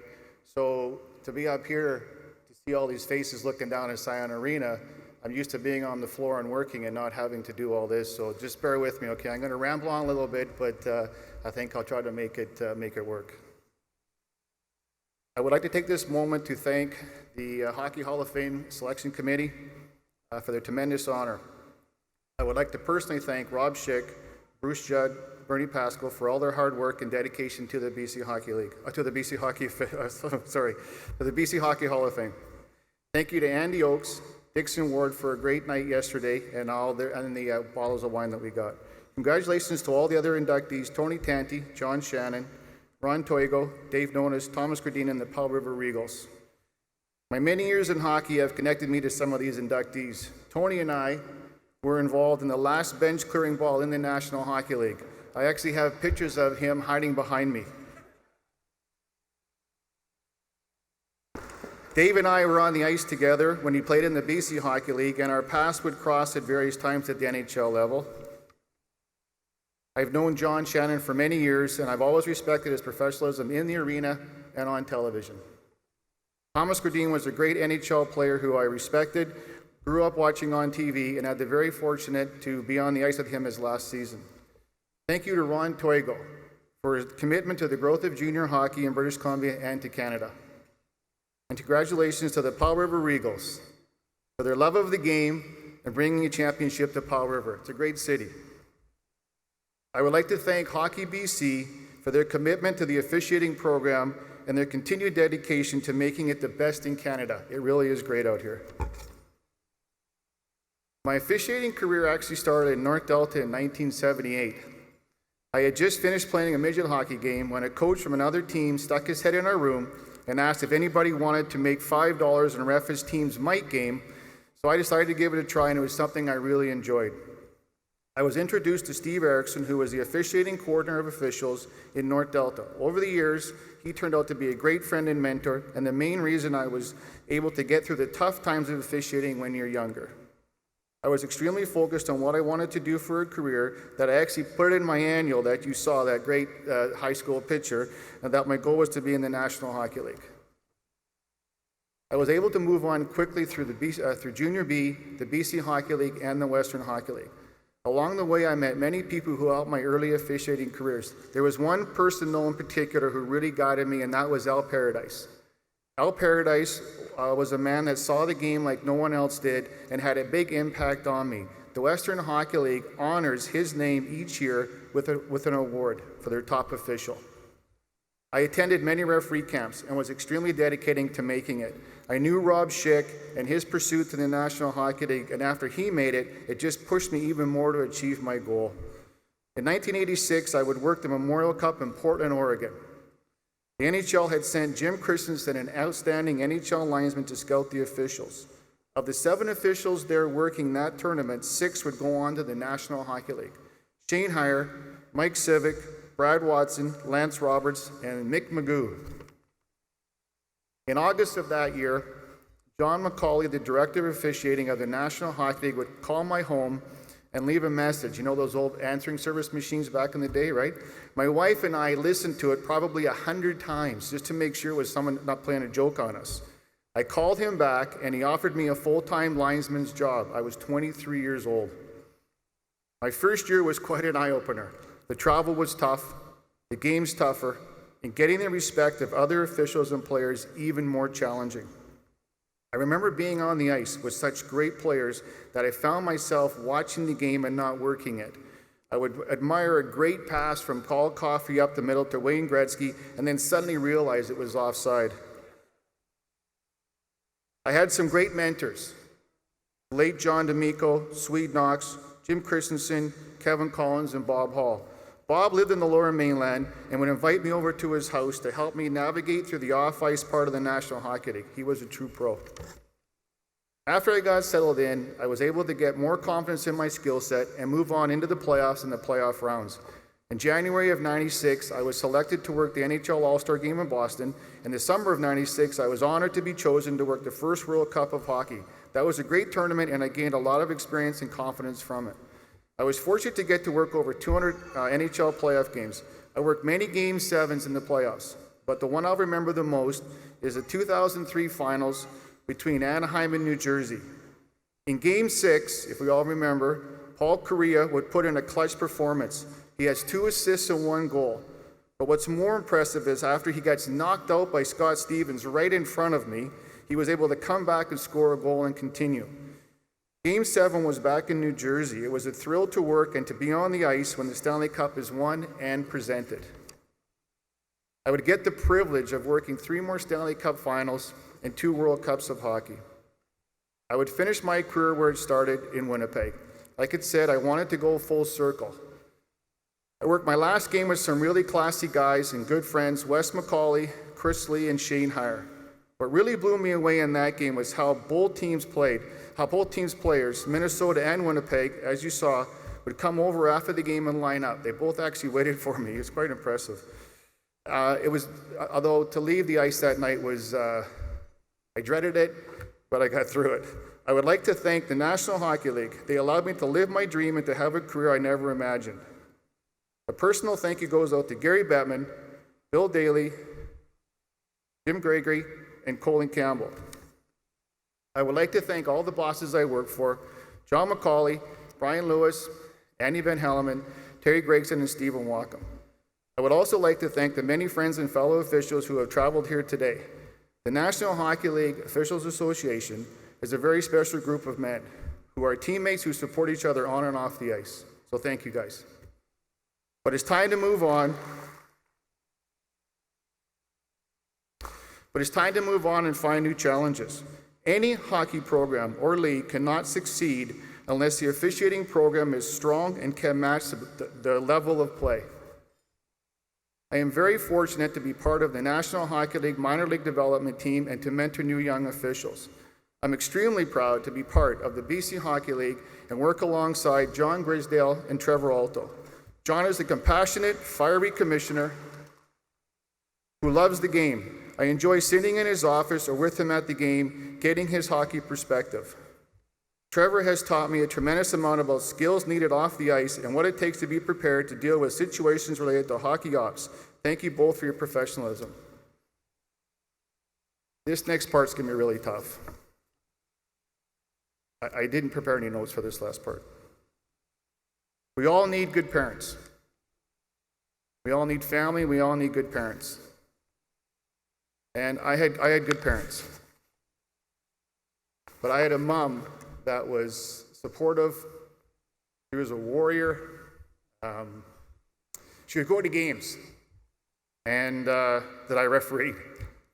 And we get in the car and she'd be driving home with me and she'd say, like, why do you do it? They hate you. They absolutely hate you. She says, I sit there and I slowly move to the back, you know? And I say, I just love it. I love being on the ice, you know? I love the battles. I love how the team works together as a team, as officials. And I want it as a goal. And that's what I want to do. And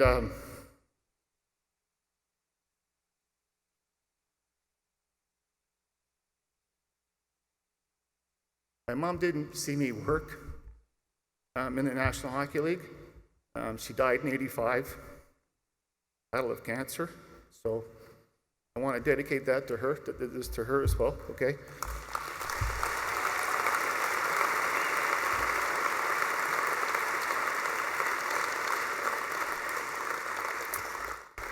And to my family,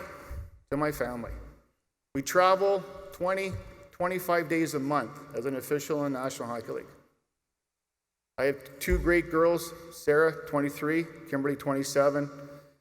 You know, they never got mad at me when you missed a softball game, something at school, doing homework. You know, I would come home from road trips and they would just give you a big hug and let's jump in the car, Dad, we got to get going doing something. And this game takes a lot away from your family, and I was extremely fortunate to have 2 young girls, young ladies who grew up to be great young women and just fantastic. So thank you guys for that.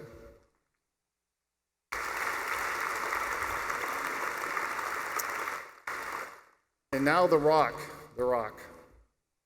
There's no question that for anybody to succeed in this business, you have to have a wife that's committed to the relationship, that works hard in it, looks after the kids, doesn't unpack your hockey bag, because I don't want to unpack it either, but unfortunately I have to, and just kind of pour it off to the side.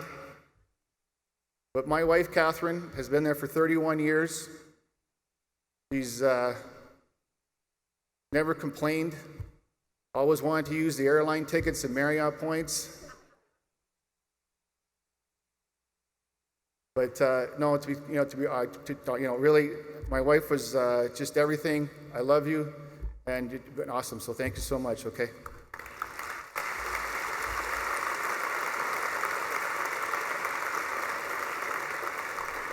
And again, thank you so much for this honor. Like I say, you know what? It's not used to being up here, but I kind of like it now, actually. So thank you for everything. Well done. Congratulations, Brad. All right, quick reminder, our silent auction is going to close at 9 o'clock sharp. Okay, so we got a little bit of time left. We're going to give you an opportunity to up your bids, and if you've been outbid, you can outbid whoever did that to you. We're going to take a brief break, no more than 10 minutes, before we come back and continue to honor our inductees. Thanks for being with us.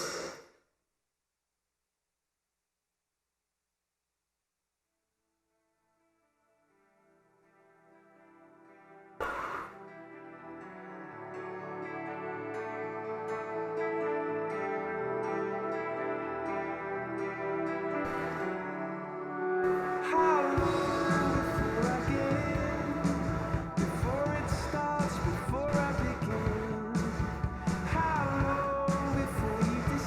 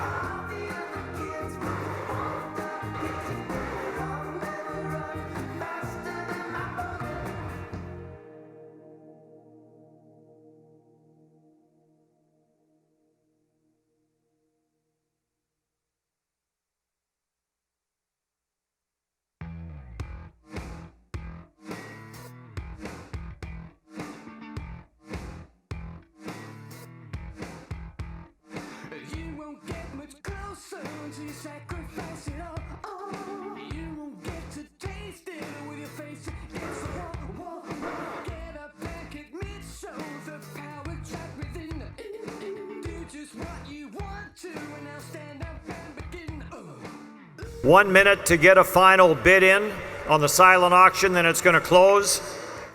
And let's make our way back to our tables and back to our seats. We have some more people to be inducted into the BC Hockey Hall of Fame.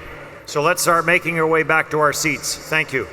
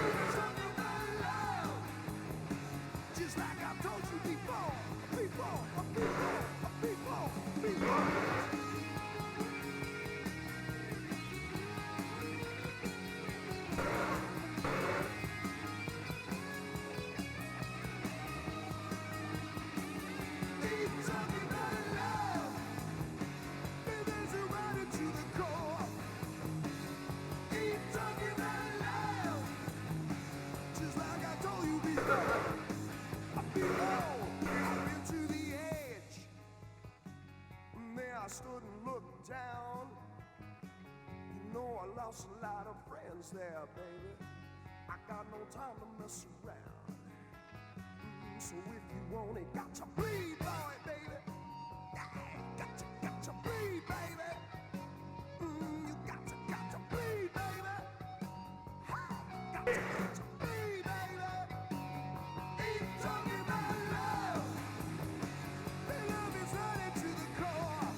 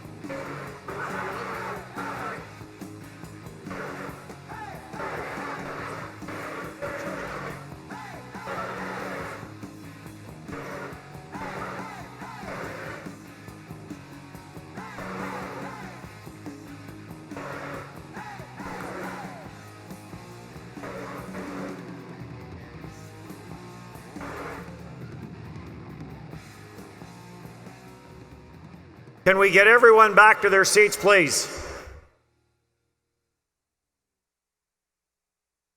We have some more inductions.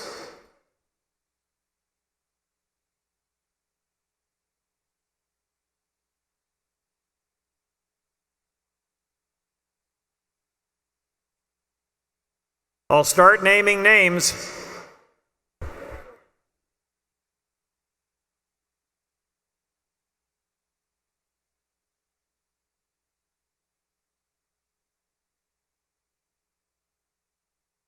We've got a couple of live auction items,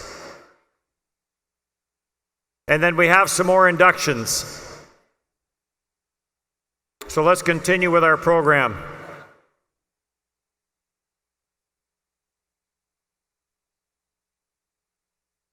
So while everyone is kind of getting back to their seats, a little golf story. After a Sunday morning brunch, going home in his golf cart, tips the golf cart, coming around a corner, and he goes rolling out of the golf cart right up against the fence. And this lady walks out of her condo, and fairly attractive lady, and looks at him and says, "Are you okay?" And he says, "Yeah, okay, I'm not sure what happened." She says, "Well, come on in, sit down, you're rattled right now, let's try and get you calmed down." And he says, No, he says, I've got to go. He says, my wife's going to be wondering where I am. And she says, "Look, you've had an accident, I'll call the clubhouse, they'll come back, they'll help you get the car tipped over, back on its wheels, and you'll be on your way in no time. In the meantime, I'll pour you a glass of scotch here." No, he says, I've got to get going. She says, "Look, just relax, you've had an accident." He says, No, my wife's going to be wondering where I am." And she says, "Well, where is your wife?" He says, "Well, as best as I can recollect, she's still under the cart." So I wasn't going to do this one,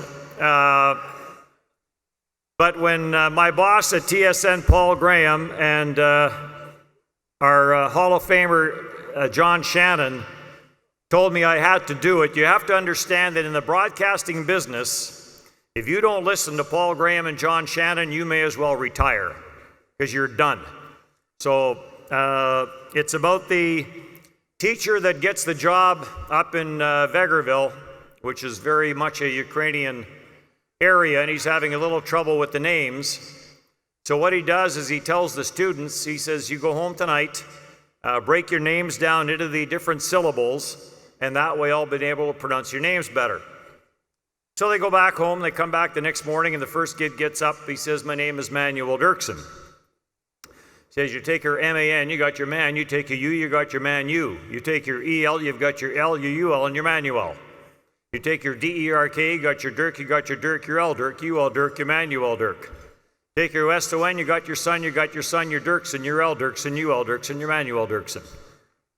Next kid gets up, he says, "My name is Samuel Johnson." Says, "You take your S-A-M, you got your Sam, you take your U, you got your Sam U. You take your E-L, you got your L, your U-L, and your Samuel. Take your J-O-H-N, you got your John, your L John, U-L John, your Samuel John. Take your S-O-N, you got your son, your Johnson, your L Johnson, U-L Johnson, your Samuel Johnson." All good, they go all the way around. The last kid in the class gets up, he says, "My name is Archibald Esselbrook." Says, "You take your A-R-C-H, you got your arch. You take your I, you got your arch-I. You take your B-A-L-D, you got your bald, your eyebald, your arch-eyebald. Take your A-S-S, you got your ass, your bald ass, your eyebald ass, your arch-eyebald ass. Take your H-O-L-E, you got your hole, your asshole, your bald asshole, your eyebald asshole, and your arch-eyebald asshole. Take your B-R-O-K-E, you got your broke, your hole broke, your asshole broke, your bald asshole broke, your eyebald asshole broke, and your arch-eyebald asshole broke. But you can call me Archie for short."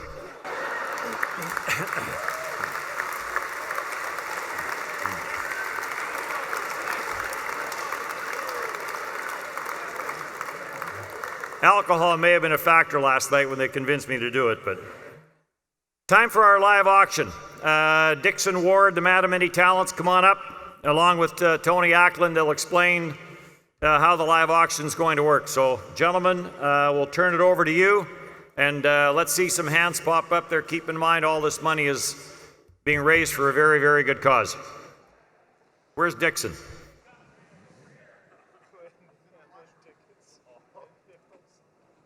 You did not put your hand up to leave the room. Don't say you're meeting with your friends.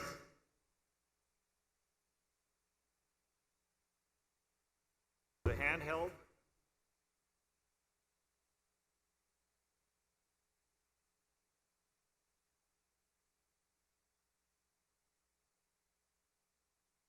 Apparently, my first time here. Hey, congratulations, Paul River. Way to go. They should have another parade for you fellas. Sometime in December. All right. Since we have 42 more speeches to go, we're going to keep this really short and sweet. Live auction. We know how this goes. Lots of you have been here before. We're going to start with the Calgary Flames because it says Calgary on top here, no particular order other than the order of importance. Calgary Flames first.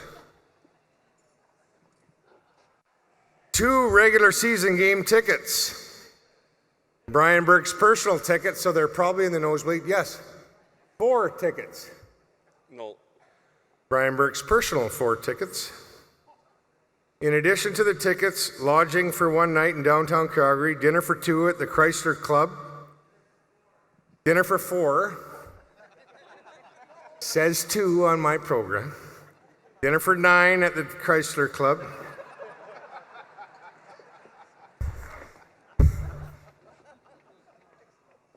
combinations for 12 in Brian's basement,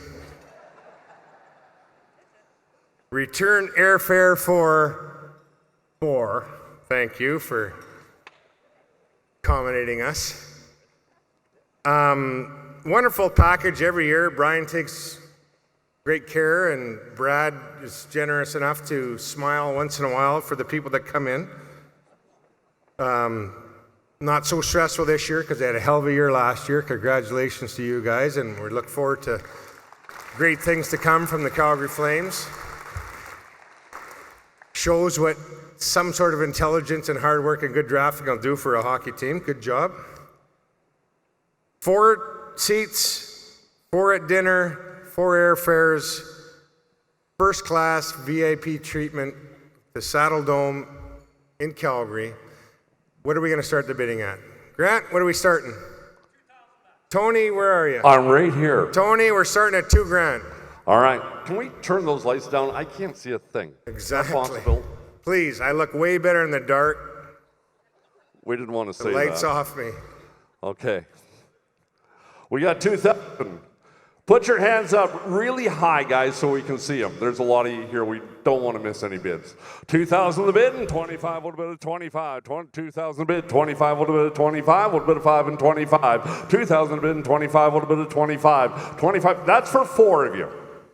2,500 a bid, now 3, would have been a 3,000. 25 and 3, would have been a 3,000. 2,500 a bid, now 3, would have been a 3,000. 2,500 a bid, and 3, would have been a 3,000. 2,500 a bid, and 3, would have been a 3,000. 2,750.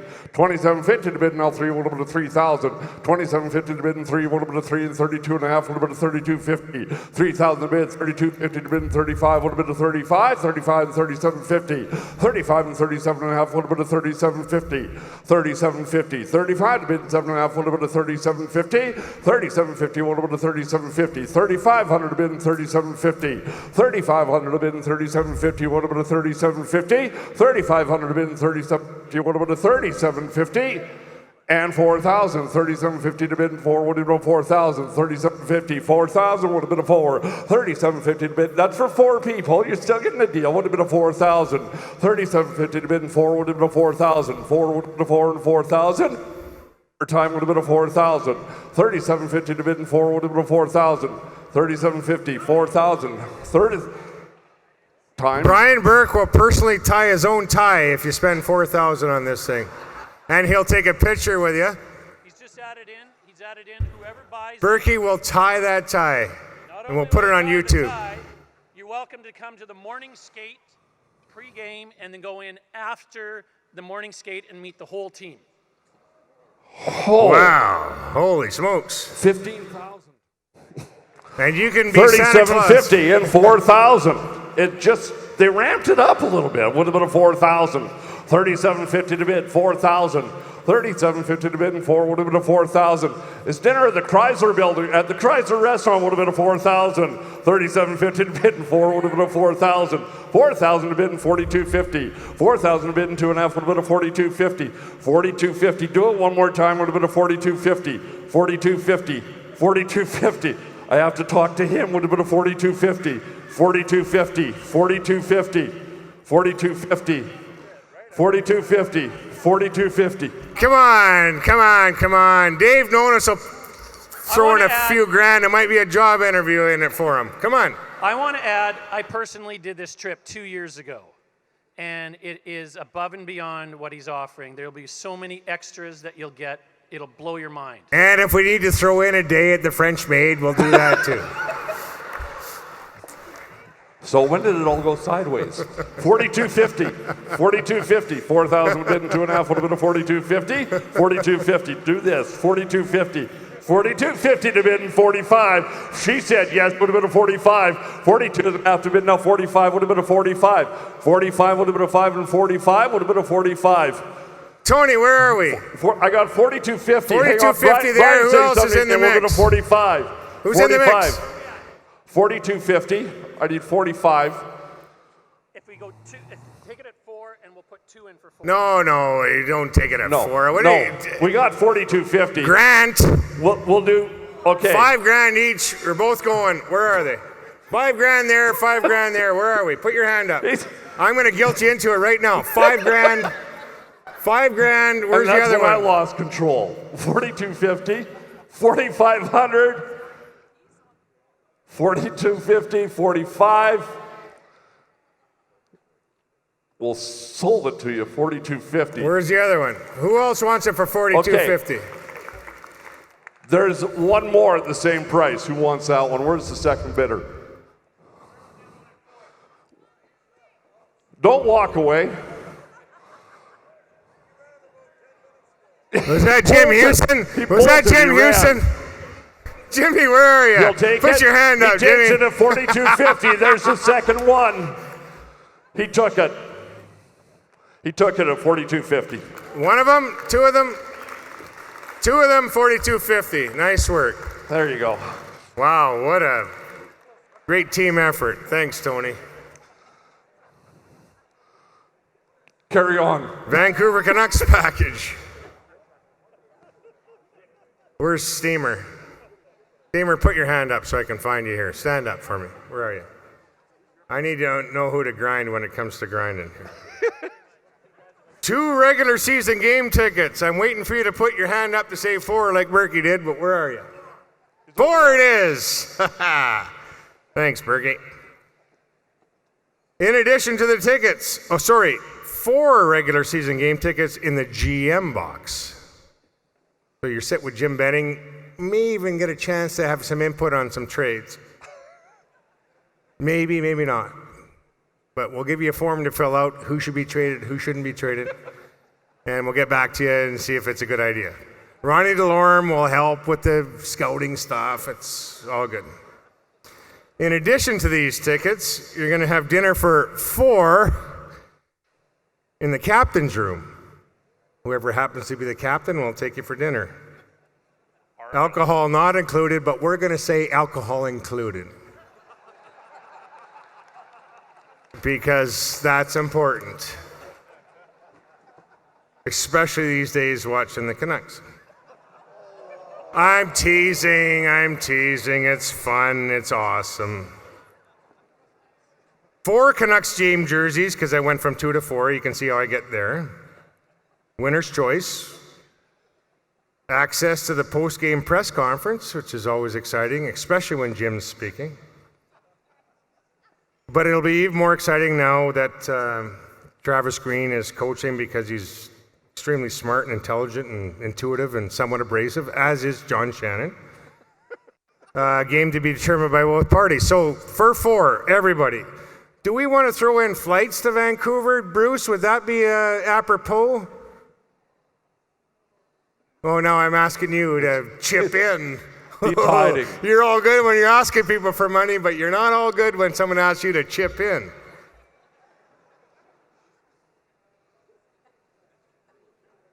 Canucks will throw it in. Trevor, he called me earlier, said I'll throw it in.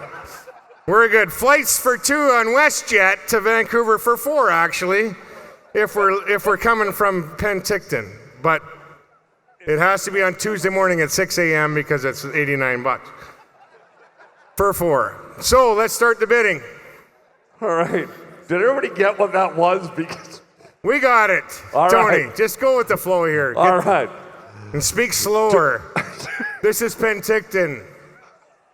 We need slower. You need slower. We're okay. All right, $2,000 on this one, boys and girls. What about $2,000? $2,000. What about $2,000? $1,000 on her, guys. What about $1,000? $1,000. What about a 1? What about a 1,000? A bid and 15. What about a 15? 1,000 a bid and 15. What about a 1,500? 15. What about a 15? 15. 1,500, 1,000 and 15, what about a 1,500? 1,000 bid and 15, what about a 15, 15, what about a 1,500 bid and 2, what about a 2,000? 1,500 bid and 2, what about a 2,000? 1,500 bid and 2, what about a 2,000? 1,500 bid and 2,000. This side of the room is alive. What about a 2,000? 1,500 bid and 2, what about a 2,000? 2,000 a bid, 25, 25 bid now 3, what about a 3,000? If you're going to wave at me, you're bidding. I just want you to know that. Are the flights included? The flights are included. Flights are included. Trust me, we'll figure it out. 3,000 a bid. Flights 35. in. We'll give you a limo to the Penticton Airport, for Christ's sake. 35. What about a 35? 3,000 a bid and 35. What about a 5 and 35? 3,000 a bid and 35. 3,000 a bid and 35. What about a 35? 3,000 a bid and 35. 3,000 a bid and 35. What about a 35? 32.50 if that'll help you out. 32 and a half. 3,000 a bid. 32 and a half to bid now 35. What about a 5 and 35? I got 32.50. 35 bid and 7 and a half. What about a 37.50? 37 and a half. 35 bid and 7 and a half. River guys can get involved. We'll pay for your ferry to get across. What about 37 and a half? 37.50, 3,500. I don't see any hands on this side going up. Did she just bid over there, or is she waving at people Crying randomly? out loud. 37 and a half. 3,500 to bid and 37 and a half. What about a 37.50? 37.50 to bid and 4. What about a 4,000? 37.50 to bid and 4. What about a 4,000? Your man's out. What about a 37.50 to bid and 4? What about a 4,000? 37.50 to bid and 4. What about a 4,000? 37.50, 4,000 all in, all done. 37.50, 4,000. Sold it right here, 4,000, 37.50. Very good. Anybody else want one for 4? 4 it is. Anybody else want one more? They can have it for 4. Do they want one for 4,000? We can actually have a meet and greet with Gary Volk if you'd enjoy that as well. I can set that up. Will they go for 4? Woohoo! Would you do it for 4,000? He'll sell you a house on the west side too. What's that?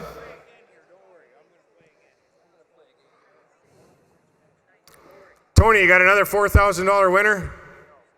No, I don't. You get flights to Vancouver. You get 62 seats to the game. You get to dress and play on the third line left wing. And you get to suit up and play on defense. Just buy it for $4,000 for Christ's sake. It's a good cause, and you'll enjoy yourself. And I promise you we'll take care of you. Anybody? All right, let's move on. Surprise item. So, where's Bob? Bob, what do you got? You want to come up and explain, or you want to sign language me? Tony's got the mic. Edmonton Oilers' Bob Nicholson's going to come up with something for us here. Well, it's very obvious that we had the same offer, but someone ran out of ink on the program, and we didn't get in it. So we're going to discount a few things. But this is an auction. It's not a discount. No, well, no. It's not But there's Dollarama, obviously Bob. a misplay somewhere in the administration. It wouldn't be Bruce Judd because he's the best in the world. No. But here's the deal. We don't have tickets because we're sold out. We have the best arena in the country. And Calgary's going to get one, so they're going to be boasting in a couple of years. So I got to get it in now, Brad and Berkey, because you guys will be chirping in a couple of years. But here's the deal. No tickets. We have a special place that only Peter Chiarelli sits, Kevin Lowe sits, our other vice chair, Wayne Gretzky, sits. So all the guys that sleep through the first two periods. And they can come there. We'll give 4 tickets. And they can eat with those players, with those management before the game. And I'd like it to be against the Vancouver Canucks or the Calgary Flames. And then maybe those other guys would come up and join us. Well, that's a pretty spectacular offer, Bob. But more importantly, when we sign Leon Draisaitl, maybe Bruce Hamilton would come up. Maybe. And he'd spend some money tonight. So let's see where this will take us. Okay, well, I'm going to start the bidding at $250. Honey, put your hand up for $300. We'll go against each other, and maybe we'll get 2 packages. So that's a spectacular offer. So let me outline that again. So we got 4 tickets in the most exclusive place you can be when you're sitting with Wayne Gretzky, Peter Chiarelli, Kevin Lowe, and the rest. Airfare and accommodation goes without saying, Grant. And dinner goes absolutely without saying. There's a bunch of hot dog stands in that new rink. Some pizza as well. But the opportunity, well, I don't know for you guys, but the opportunity to sit with that ilk and watch the hockey game in that beautiful, exquisite new facility that they've built in Edmonton, we got to start that at $5,000 minimum. It's got to be at least 5. $5,000. 1,000 to start Chance of a off, lifetime. boys. Chance of a lifetime. Airfare accommodations included. You're going to sit with some of the greatest in the world. $5,000 to start it off. 5,500 to bid now. 6 would have been a 6,000. 5,500 to bid in 6 would have been a 6,000. 5,500 to bid in 6 would have been a 6,000. You're not part of the Paul River crew, are you? Woo! Crank him up. 5,500 to bid in 6 would have been a 6,000. 6 would have been a 6,000. He's motivated. Bid him up. 6 would have been a 6,000. 5,500. 6,000 would have been a 6,000. 5,500 to bid in 6 would have been a 6,000. Chance of a lifetime. 6,000 to bid in 65. 6,000 to bid in 65 would have been a 5 and 65. Get his attention. He's talking to somebody. 65. 65. 6,000 to bid now. 65 would have been a 65. 65 would have been a 65. 65, 6,000 to bid, 65 would have been a 5 and 65, 65 and 7 would have been a 7,000, 65 and 7 would have been a 7 and 7 would have been a 7,000, 65 would have been a 7,000, 7,000 would have been a 7 bid and 75, 7 to bid, 75 would have been a 5 and 75, 7 to bid and 75 would have been a 5 and 75 would have been a 75, 7,000 to bid and 75 would have been a 75 would have been a 75, 7,000 to bid and 75 and 75, he's carrying on a conversation, would have been a 75, 7,000 to bid and 75 would have been a 75. Did he say yes to 75? 75 to bid now would have been 8,000. 75, 8,000 would have been 8,000. 75 to bid now would have been 8,000. Don't look at her, would have been 8,000. I'll tell you right now, Wayne Gretzky doesn't drink cheap wine.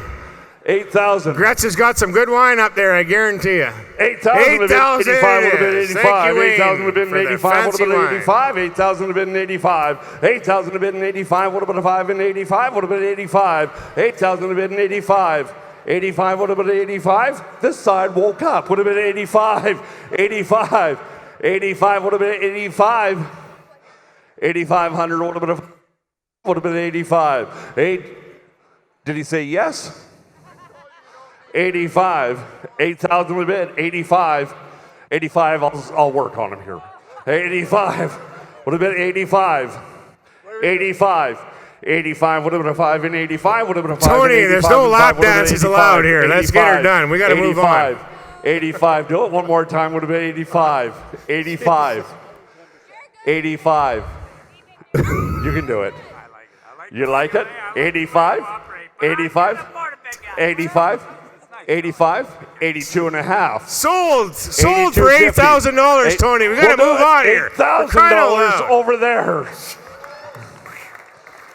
Thank you, Bob Nicholson and the Edmonton Oilers. Tony, bring the mic over to Bob, please. Come on. My God, I've never seen an auctioneer lap dance a guy into $500. And we're gonna double it else. up. Hey, Dix, we're gonna double it up. Bruce Hamilton's gonna double it up, and we're gonna for your season ticket holders in Kelowna, because what they've done for hockey in this country and all the junior team, and he's a GM of the under 18 team, and go kick some ass. Because Canadian hockey players are the best in the world. Keep it going, Bruce. Thank you. And Bruce Judd, where's Bruce? Bruce, you're included in the package because all the work you do here. So you're coming. So what's the deal? We got. I'm just gonna give me a sec. I'm gonna do another lap dance. Tony, you're gonna work it? Please do not sit on his lap. You know what? Please do not sit on that man's lap. Hold it, for God's sakes. Where'd he go? Oh, he's at the bar. Where did he go? What a He's just celebrating he didn't win. You know what? I got enough money for a bottle of wine. Spoke too soon, didn't you?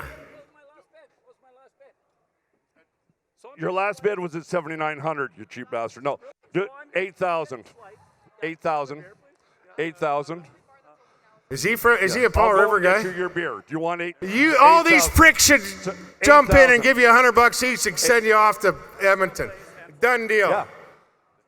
Come on, you guys. Done deal. Thank you very much.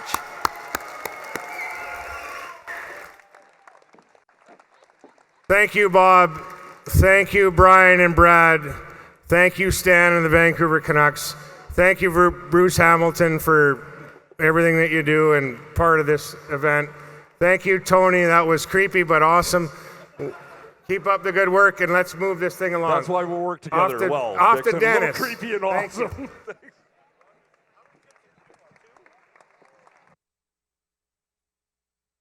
Well done. Round of applause for Dixon Ward.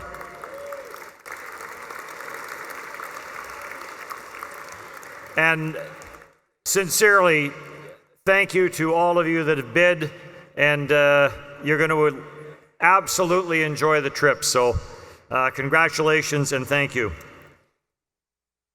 We have 4 more inductees, all very much deserving.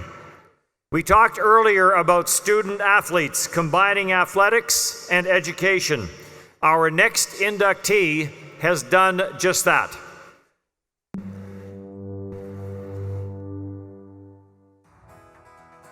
Dave Nonis has been involved in hockey for his whole life. His successful junior career led him south of the border to play college hockey at the University of Maine. It was there he would meet his future mentor, Brian Burke, who represented Nonis' college roommate. It would prove to be a partnership that would last a lifetime. The two would work together first in Vancouver and then at the NHL offices.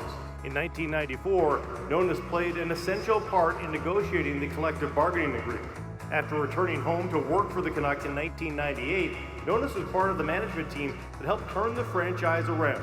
In 2004, at the age of 37, Nonis was named GM of the team. He was the youngest GM in franchise history. His time with the Canucks is perhaps best remembered for the trade that brought Roberto Luongo to Vancouver. He also played a big part in the drafting of the Sedin twins, Daniel and Henrik, and Ryan Kesler. Although he parted ways with the team in 2008, his impact was felt much after that. When you consider the 2011 Stanley Cup finalist Vancouver Canucks, you rewind, Dave Nonis' fingerprints are all over that team. Dave Nonis always had his focus on doing what was best for the Vancouver Canucks.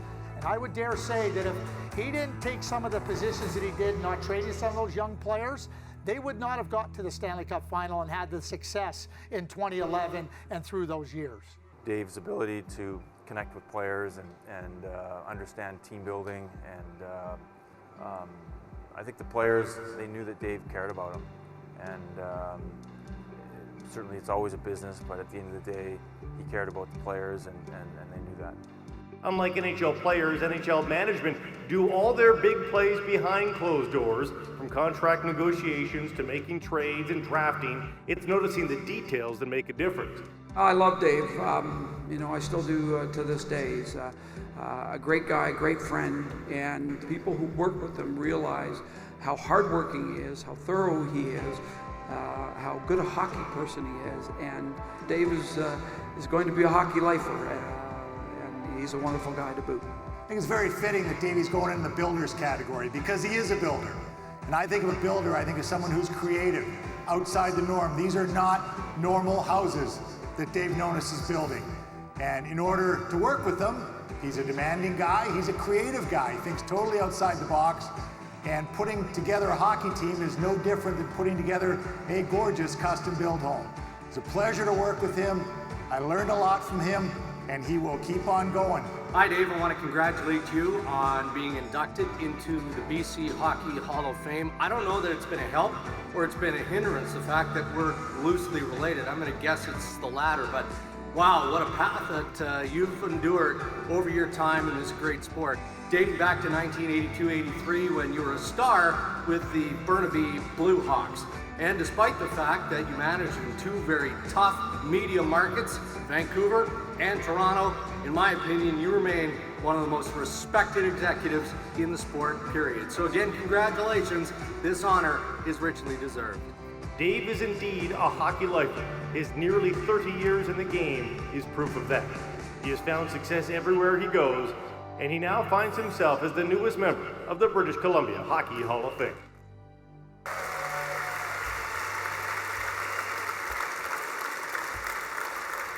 Dave Nonis, come on up. Would Brian Burke please come forward to make the presentation?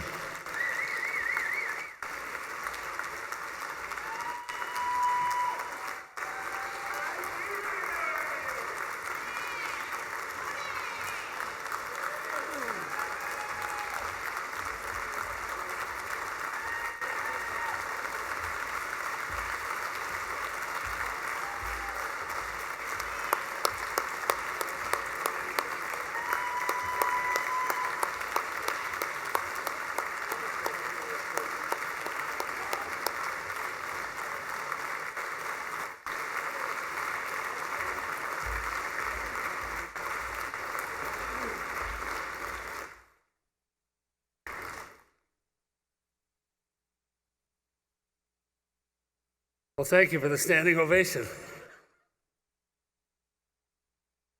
I wanted to say a couple words before the evening's getting on here, and I don't want to speak long, but I do want to say a few words. I don't know why I want to say nice words about a guy who knifed me in the back and took my job twice. But obviously you see from the slides there that we both had, I had red hair and Davey had black hair when we first started working together. 25 plus years together at the NHL, Vancouver Canucks, Anaheim Ducks, Toronto Maple Leafs, and this is a really fitting honor for Dave Nonis to be inducted tonight into the BC Hockey Hall of Fame. He's had a great career. He was a great college player. He's had a great career as an administrator, as a GM, great league official, and it's a great class going in tonight. It really is. There's a link between all these guys and me. I had Thomas Gradine, they showed the Sedin twins, the guy that really pushed hardest for the Sedin twins. You're going to hear from in a few minutes, Thomas Gradine. Brad Lazarewicz, who, I don't have to yell at you tonight, Brad, this is the first. Ron Toigo, who's done so much for hockey, and who am I missing?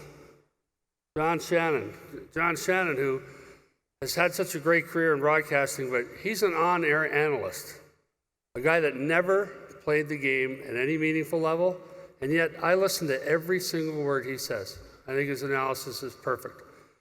So Dave Nonis, star college defenseman, great career in the National Hockey League as an administrator. Congratulations.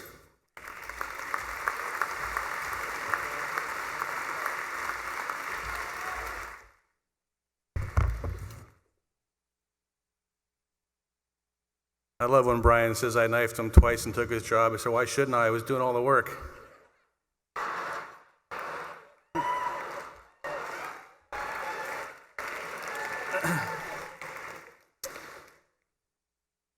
First of all, I'd like to congratulate all the other inductees this evening. John, Brad, Tony, Ron, Thomas, and of course, the 97 Powell River Eagles. And again, my son played there for 2 years. I saw your bus. That must have been a tough time.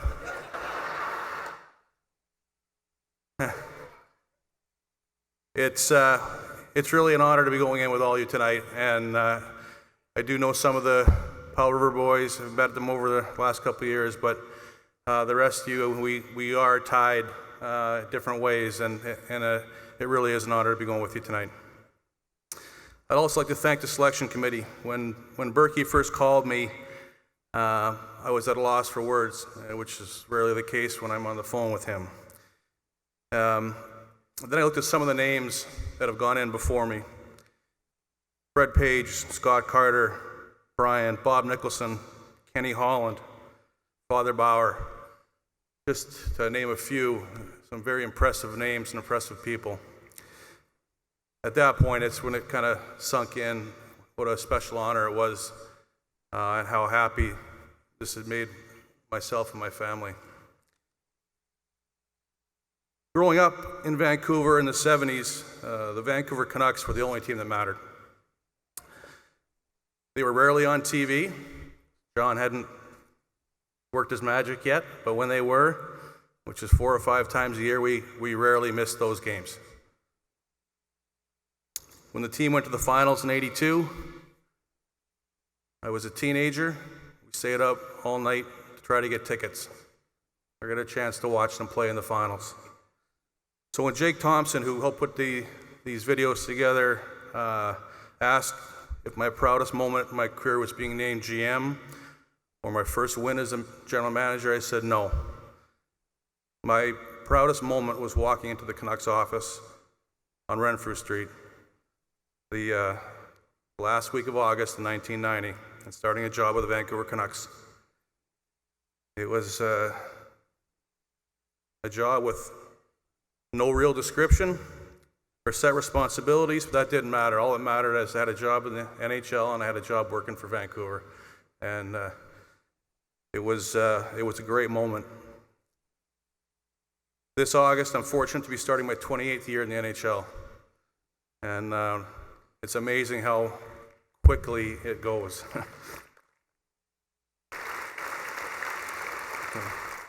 And to me, it all goes back to Renfrew Street and starting there. And it was a very special time for all of us. I quickly learned that this game is about opportunity and people. And while I always tried to make the most out of my opportunities presented to me, I know that without a great deal of help from a great number of people, I would not be standing in front of you today. So while I apologize that I can't recognize everyone, I'd be remiss if I didn't mention some people who have had a great deal to do with any successes that I have had. First, the staffs I've worked with, who helped us assemble some very good hockey teams. Ron DeLorme, Stan Smeal, Steve Tambolini, Mark Crawford, Jack McElhargy, Elaine Vigneault, Pat O'Neill, Bob Murray, Dave Poulin. These are people that did so much work, and I don't know who it was that mentioned the teams in Vancouver that went on to win President's Cups and came very close to winning the Stanley Cup. I know Brian and myself and Steve, all the guys I mentioned, like to take credit. I think we had something very special to do with that, but a lot of the people that worked with us, not under us, did the bulk of the lifting, so thank you.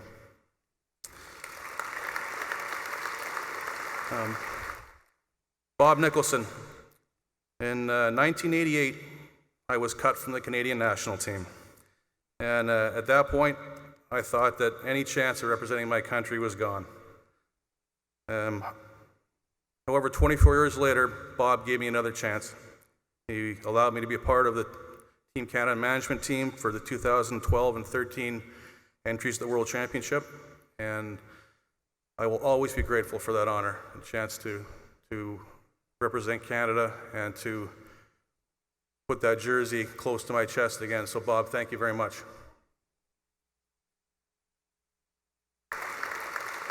Pat Quinn, a lot of people have talked about Pat tonight, but unfortunately there's a lot of people, and have been around our game, that don't respect the game and respect the people in it the way they should. And then there's Pat. So one of my first meetings with Pat, he told me to do my job to the best of my ability, but to always remember that the people in the stands, and more importantly, those who were not fortunate enough to get to the games, were much more important than any of us. He treated his staff and players with respect,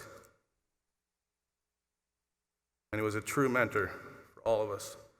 And I know that everyone that worked for Pat took something from him. You didn't always know what it was, but as your career moved along, for those who were fortunate enough to keep working in the game, he made a lasting impression. And I think that everyone that worked for or with Pat will always remember that, and as long as I'm fortunate enough to be working in the game, he'll be one of the guiding lights.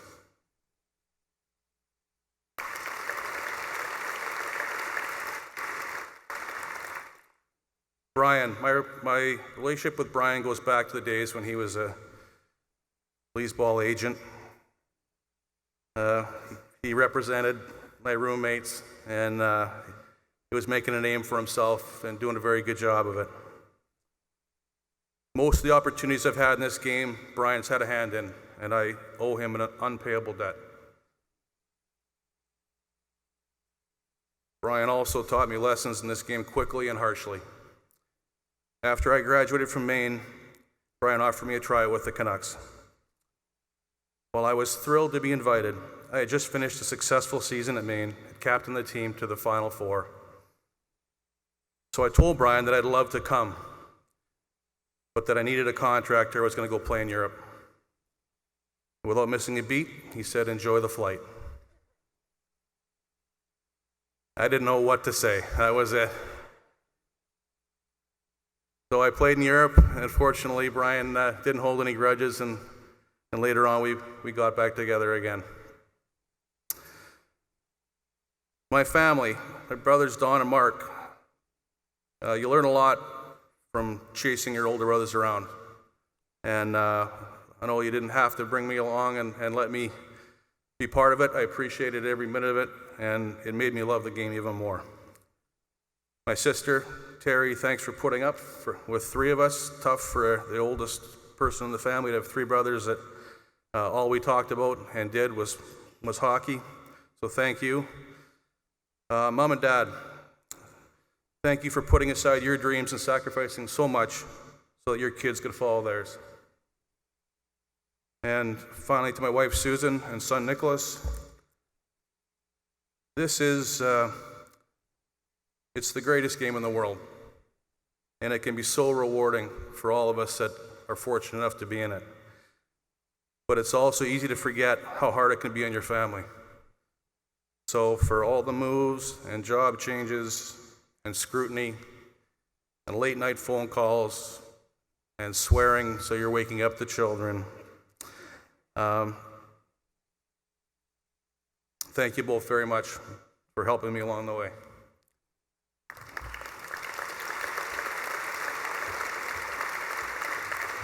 So, in closing, again, congratulations to everyone. This is, until I get to hoist the Stanley Cup, this is probably the most special night in hockey that I've had. So thank you very much, and enjoy the rest of the evening.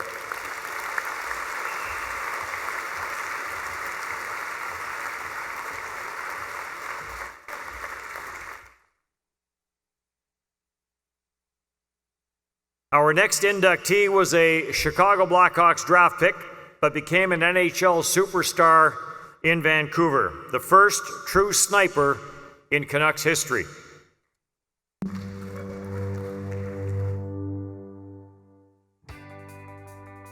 When you think of Tony Tanti, you think of goals. A lot of goals. Now Tanti starting back, hard wrist shot, save to Mason, rebound shot, and the Canucks score a goal.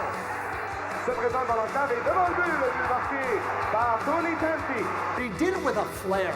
He had an exciting quality to his game. He could skate, he could beat defenders. He had a really good shot. And when the puck ended up on his stick, he was that player that could immediately threaten a goaltender. Goal scorers are always, they have to want to score. And I don't think there's very many players that wore a Canuck uniform that wanted to score more than Tony Tanti. And he's doing exactly what he was asked to do. He did it in a very accomplished fashion, and he did it in a very exciting way. And as a fan of the Vancouver Canucks, you knew that when he got out on the ice, the chances of him scoring were very, very good.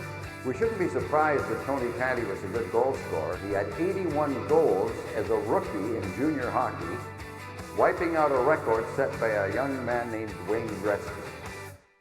A first-round pick of the Chicago Blackhawks in 1981, Tony Tanti was traded to the Vancouver Canucks in January 1983. The following season, he scored 45 goals, setting a new franchise record. He would lead the team in goals for the next 5 straight seasons. According to former teammate and fellow BC Hockey Hall of Fame member Mark Crawford, Tanti's success was all in the details.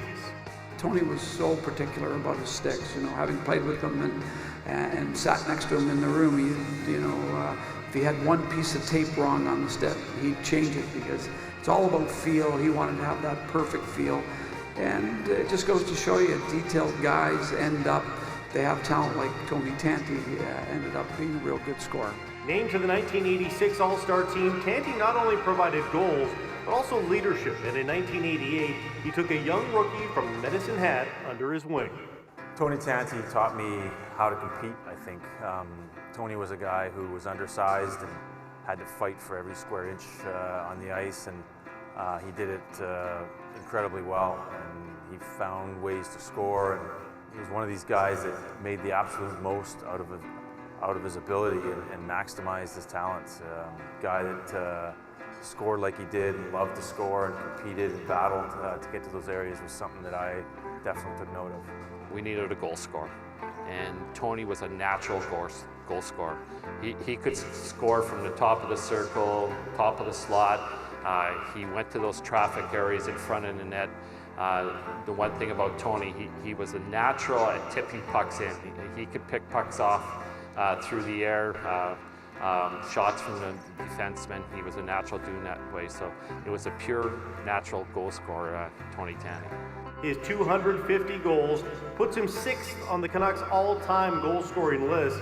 He would go on to play in Pittsburgh and Buffalo, scoring 287 career goals in the NHL. Tanti represented Canada at the World Juniors, as well as 3 World Championships, where he won both a silver and bronze medal.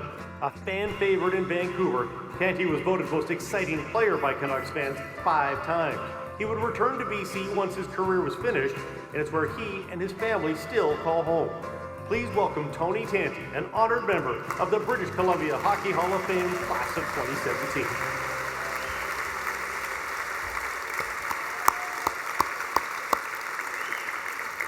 And would Jack McElhargy please come forward for the presentation?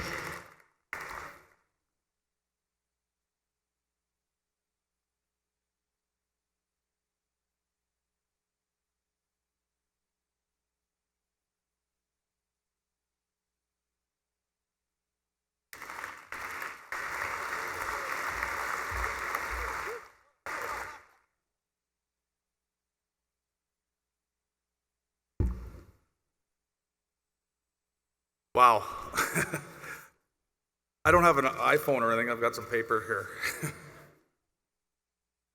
Well, first of all, I'd like to thank the BC Hockey Hall of Fame Committee. This is a much bigger event than I ever imagined. But I'm not used to being up here, but I'm going to give it my best shot. First of all, I'd like to thank the other inductees. Not thank the other inductees. Say thank, congratulate the other inductees. Thomas, Brad, Ron, Dave, John, and the 1996-97 Powell River Regals. and Gary Lupel.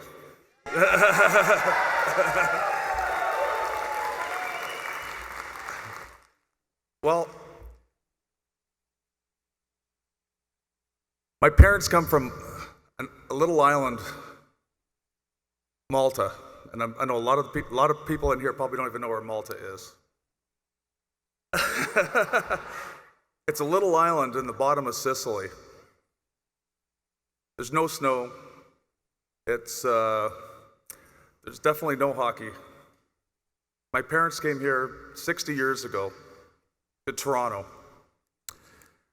Never saw snow before. And got married. I was the oldest kid. And my dad put me into hockey when I was 5 years old. First year of hockey, I was a defenseman. I've got a picture, my stick was way above my head. Never got a goal, never got an assist. I had one shot on net that whole year. But I loved the game. I remember sitting in front of the TV at 7 years old in Toronto and watching the fuzzy black and white TVs on a Wednesday and Saturday night and waiting for Foster Hewitt. Those were some of the best times I ever had. That was when my mom, my dad, my brother, and family, we just watched the Toronto Maple Leafs. I was a huge Toronto Maple Leaf fan. I played minor hockey in Mississauga, went to St. Mike's. I never made the rep team till I was a bantam. And I was too small, I was too slow, but I was very determined. So I got drafted by the Oshawa Generals in the 4th round. I was very disappointed because I played junior B when I was 16 and I led the team in scoring, and I just thought, wow, all these guys getting drafted ahead of me, I know I'm better than them. But that was okay. I was determined. Went to Oshawa. Bill LaForge was the coach. Okay. Now, Bill LaForge was our coach, in a little different junior compared to the NHL, being a coach. So I go to junior. We've got I score 81 goals and 69 assists that year, but I also had 197 penalty minutes with Bill LaForge. So anyways, I get drafted by the Chicago Blackhawks, and I play with them in 1982. Tony Esposito was the goalie. We had Tom Lysiak, Denny Savard, and I get called up for the playoffs. Semifinals, we played the Vancouver Canucks. Dan Smeal, Thomas, Chief, who can forget Roger Nielsen. We stayed at the Bayshore. That was before all the buildings and things were down there. I'll never forget, it was in May, and I thought, this is the most beautiful place I've ever seen. I went home. Vancouver, of course, won that series in 5 or 6 games. I went home and I told my mom and dad, I said, I've just gone to the nicest place I've ever been to in my life. It was beautiful. Stanley Park, the whales, everything, it was just absolutely gorgeous. I was a 19-year-old kid. Lo and behold, the following January, Stan and Thomas, I get drafted for their line mate. I get traded for their line mate, Kurt Fraser, who I became good friends with. So I get traded in January. We're on the first game. Ron Smith, our assistant coach, calls me and says, Roger wants to see you up in the room. I just got traded the day before. I said, okay, great. I go up to his hotel. I go up to his hotel room. I knock on the door about 4 o'clock. The bus is like at 5. Here he comes, he opens the door, it's pitch black, he's in his white underwear, hair's all over the place. I said, Roger? He goes, yeah. I said, I'm Tony Tanti. He goes, oh. He goes, I said, Ron Smith told me you wanted to see me. Yeah, come on in. So I go in there, and he turns the lights on, goes on, he goes, you know, you got traded for a pretty popular guy. Not everyone in the organization wanted that trade. So you better keep your mouth shut. I said, Roger, no problem. So that was the first talk I ever had with Roger. And the guys that know Roger, all the guys that are here, know Roger. Roger was not a one-on-one coach. Never. Play the full year, the half that year, in January. The following year, we come back into training camp. I'm 20 years old, and they put me on a line with Patrick Sundstrom and Tiger Williams. I'm staying at the, I don't know if everybody knows, the old Johnny Canuck, right on right on Hastings and Pender. And as a 20-year-old kid, I mean, I thought it was great, right? So playing on, I'm having an unbelievable first part of the year. I'm top 10 in scoring at Christmas time in the whole league. So, and I haven't spoken to Roger. So, and I'm still living at the Johnny Canuck. I go across the street to McDonald's. I go to the rink, and Kenny Flager, the trainer, is doing my underwear. I'm in heaven. I don't have to pay rent. So Christmas time comes, and you know, I'm only making $100,000. I'm not going to fly to Toronto and back. So, you know, I have a sauna during Christmas time, and I'm working out, and there's Roger Nielsen in the dressing room with his dog Mikey. So he's walking down the hall, and I'm walking down the hall, and then Roger always walks with his head down. He looks up, and we make eye contact. And Roger looks at me and goes, huh. He goes, you're having a pretty good year, huh? I said, yeah, not too bad, thanks. And he goes, where are you staying? I said, I'm staying at the Johnny Canuck. He looks at me and he goes, what are you doing there? He goes, well, no one's ever told me to get a place. Oh, get a place. And he took off. And that's when I knew I made the NHL.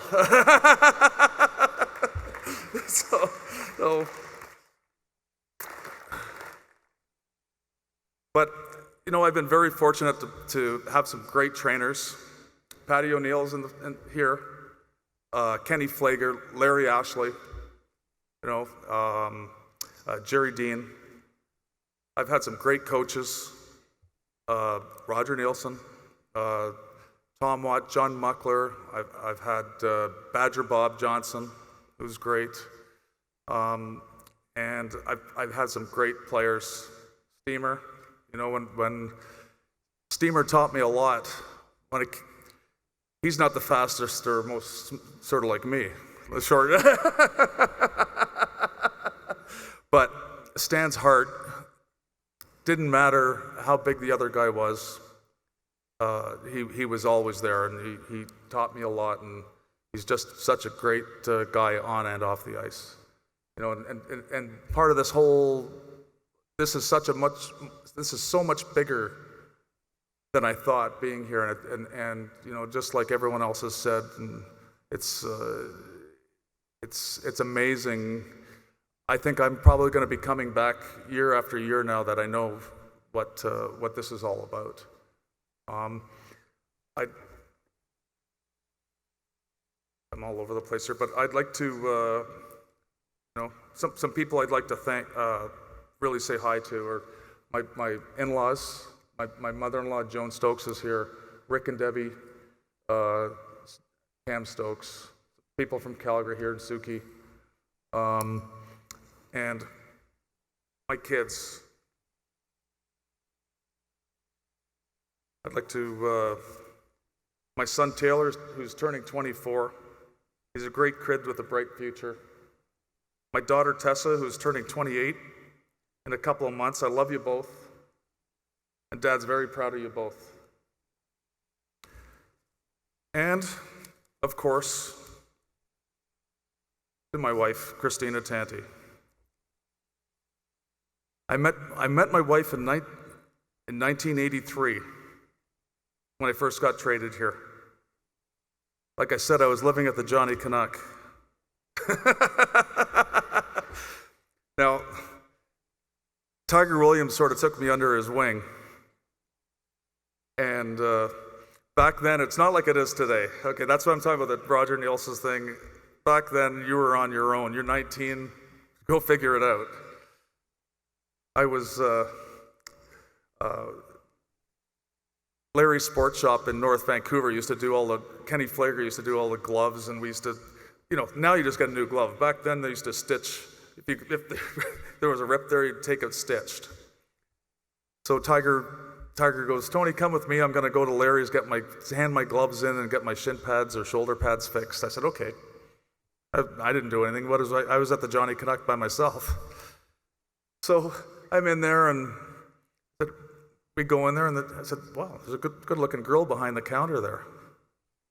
And so I asked Tiger, I said, who's the good looking girl back there? And Tiger says, that's just Chrissy. I said, okay. Well, little did I know, we go to, I took her to a movie, Man, Woman, and Child. We went to Denny's that night and talked all night. And 29 years of marriage later and 34 years together, I would do it all over again. But in closing, this is such an honor. I'm just absolutely in awe. And I want to thank all the fans, all the people in Berkey, everybody that I've come through with, because you can't thank everybody. But this is such a game, and for me to, as a little kid, live my dream. And everyone says, oh, don't you wish you were making all the money that the guys do today? It doesn't matter. I lived my dream. And not very many people can say that. And I wouldn't change it. I wouldn't change the aches and pains that I have today. I wouldn't change anything. I'm just a very lucky man. Thank you.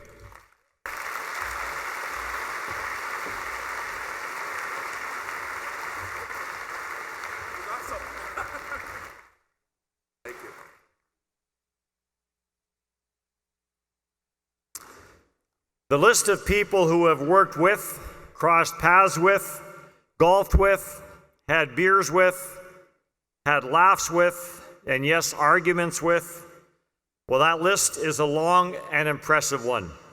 But let's add also have a lot of respect for.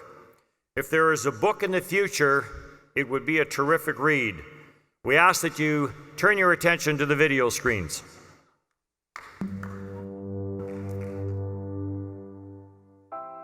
There are those who say you have to have played the game to know it. 6 major surgeries as a child prevented Oliver BC's John Shannon from ever lacing up a pair of hockey skates, but few know our national game better than he does. He grew up wanting to be the next Jim Robson, and in 1979, he got a chance to audition for the iconic Hockey Night in Canada. John Shannon in the broadcast booth here at the Forum in Montreal for Game 1 of the finals of the Stanley Cup. While his on-air career would have to wait a few years, his career in television would not. At the tender age of 23, Shannon found himself in the producer's chair for the 1980 Stanley Cup Final. That started a 6-year run at Hockey Night in Canada. The Saturday night doubleheader and Hockey Day in Canada are just 2 examples of the fingerprints that Shannon has left on this country's most iconic telecasts. John was always my favorite co-producer. That's a long-standing joke between the two of us, and it suggests that I was always trying to be my own producer. Here and now, I will admit that, John, and also that John didn't need my help. He did welcome ideas, but the decision to act on them or not was always his. For he was in charge, as a producer, always needs to be in charge. John Shannon is the best television producer for hockey there's ever been. And I don't say that lightly. I've had the opportunity to work for most every network and gotten to know many, many people that were very, very good at their jobs. But there's nobody that had the passion and the caring that John Shannon had. John Shannon has worked all over North America, producing close to 3,000 NHL games. Over his 40 years in television, he has been involved in nearly 30 Stanley Cup finals. He produced hockey at 4 Olympic Games, including Canada's gold medal victory in 2002. His ability to adapt has been amazing, and for the last 8 years, he has been on air at Rogers Sportsnet, finally realizing his lifelong dream of becoming like his childhood hero, Jim Robson. He loves hockey. I think he likes the role he's in now. He's got humor. No, I think he does a very good job. And I think it's a good thing that someone who works so much behind the scenes in hockey is being honored in the BC Hockey Hall of Fame. And John should be congratulated, and I hope he enjoys the special time. Shannon describes himself as a conduit. His desire to share stories about hockey is what keeps him going. He is most proud of the legacy of people he has helped. In offering my congratulations to John, let me dare to read his mind and suggest to you his reaction to this honor. John may well belong and wind up in other halls of fame, but his great love and constant mentions of his birthplace and his oft-stated desire to consider retirement in British Columbia would indicate to me that recognition of this sort, from where and from whom it comes, will always be dearest to his heart. I hope I haven't stolen that message from you, John, but when you take the microphone, you may try to improve on it, because as we and all Sportsnet viewers know, you can be my co-host. Again, heartiest congratulations, John. Well, I've known John for close to 40 years now, and it seems some way in every conversation we have, he finds a way to weave in the fact that he's a BC boy, born and raised from Oliver, BC, just south of Penticton, loves the Okanagan, and certainly very proud of his BC roots. And even though he has to sort of be impartial in his current job and his previous jobs, I think for a fact he was definitely a closet Vancouver Canuck fan and a BC Lion fan. I always consider him the great snowball maker. He's one of those guys who takes an idea and makes the snowball bigger. And I've been lucky enough to have him in my ear in a variety of events, and he was always soothing. He was fiery, he was tempestuous. He always gave me that, hey, big boy. He'd get mad, but you'd always have a beer with him later. And I always valued not only his friendship, but how much he cared about the sport. John, thanks very much. I know when we have a beer, you always talk about British Columbia. You talk about your roots in Oliver. I know you love going back there. This is a great honor. It's well deserved. And on a personal note, I'd like to say thanks. I'm sitting in this chair in Columbus. A large part of it was because of what you did for me. Thank you. John Shannon, Hockey Night in Canada. I'll tell you, boy, I remember when I started there with John Shannon. I think he was a runner at the time, and then he became the boss. BC boy, I'll tell you, he always talked about BC. He was there all the time. I think it was Olivier. I used to call it Olivier. I know it was Oliver and everything, but I tell you, he did everything right. Yeah, he got fired a few times, but he did it because he wanted to do things right. So John, congratulations. You are the best. If you worked for John Shannon on Hockey Night in Canada, as I have for so many years, you had to make sure that you were coming to work, ready to work, and I mean work. This was serious stuff, and John demanded the best. Nothing wrong with that, because he gave his best all the time. It's a great moment for you, John, you and your family. Congratulations, BC, too, for thinking of John Shannon as another member of your BC Hockey Hall of Fame. Way to go, John. Greetings, everyone. It is my honor and pleasure to be with you to recognize John Shannon's entry into the British Columbia Hockey Hall of Fame. As far as I'm concerned, there's no more deserving person. John, growing up in Oliver, British Columbia, a place when he was growing up that didn't have a hockey rink, where there was one TV channel, and fortunately it brought in Hockey Night in Canada. John became a student of the game, passionate about the game, involved with the game at all levels. He was a producer extraordinary. He was a business executive and television concerning hockey. And as importantly now, he's one of our leading commentators. He is knowledgeable, he is passionate, he is so connected to the game.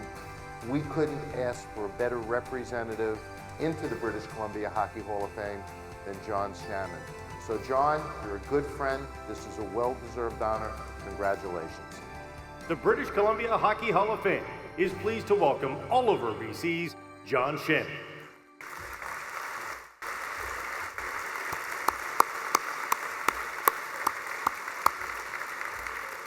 And would Bob Nicholson please come up to make the presentation?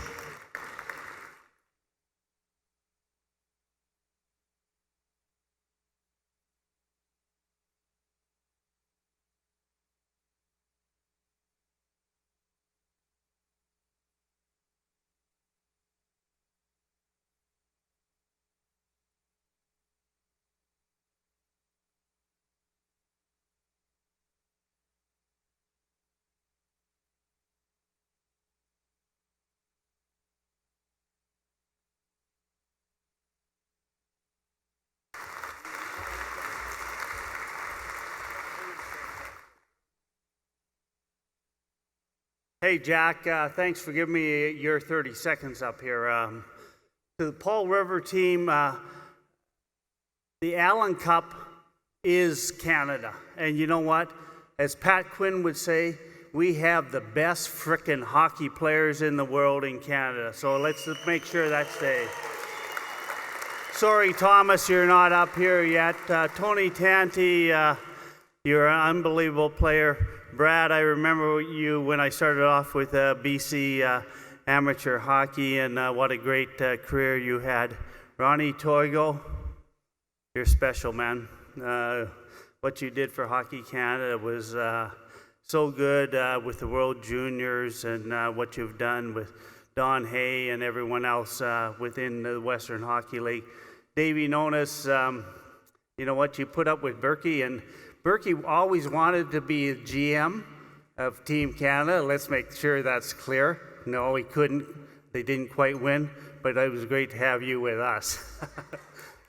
To all the other the other awards tonight, congratulations. But to John Shannon, John, I could talk about 1998, drilling holes through the wall to make sure we had videos for the Olympic Games.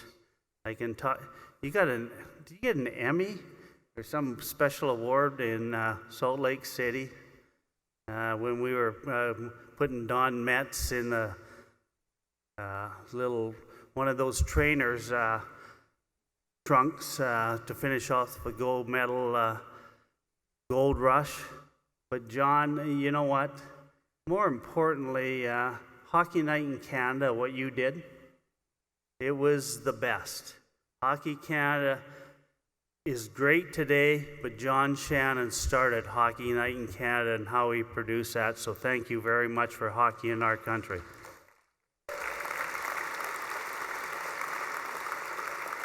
And now you're on the air.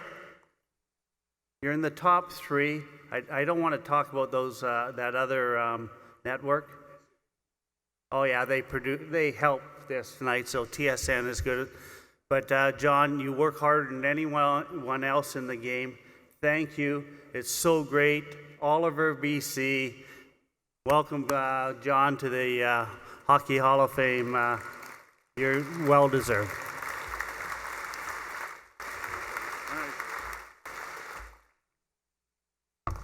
Thank you, Bob. It is good to be home. Good to be back in the Okanagan.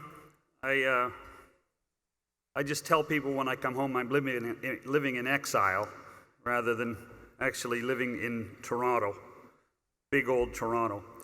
But I can assure you, as the video assured you many times, once a British Columbian, always a British Columbian. And it is a bit of poetic justice that we're here in Penticton, because it was in the old arena on a few Friday nights where I really fell in love with the game. And it's true, I can't skate. I've never skated. I've never played a game of hockey in my life, which makes me an expert. But it was the Penticton Broncos, the old BC Junior League, that I fell in love with the game. And then it was Saturday nights in the Shannon home with those 4 special words. Hockey night in Canada. That was it. That was the most important night. Saturday night at 5 o'clock.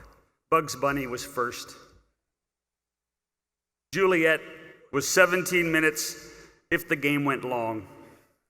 That's what it was all about.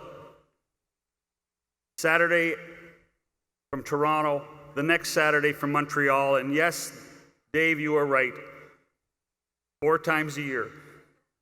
The Canucks got 4 times a year until 1979, and we took it to 12. One of the great honors that I can tell you that to produce the Stanley Cup final is an honor. To produce it when you're 23 is overwhelming. But to be part of a game that involved Mr. Pat Quinn in Game 6 of the Stanley Cup Final in 1980 here for his Philadelphia Flyers. And from that day forward, Pat Quinn was my friend. Was truly a great honor. Before going any further, I just want to introduce my son Jake is here. Jake, the mandatory Shannon rule is you have to go to university in British Columbia, so even though he lived in Toronto, Jake went to UBC.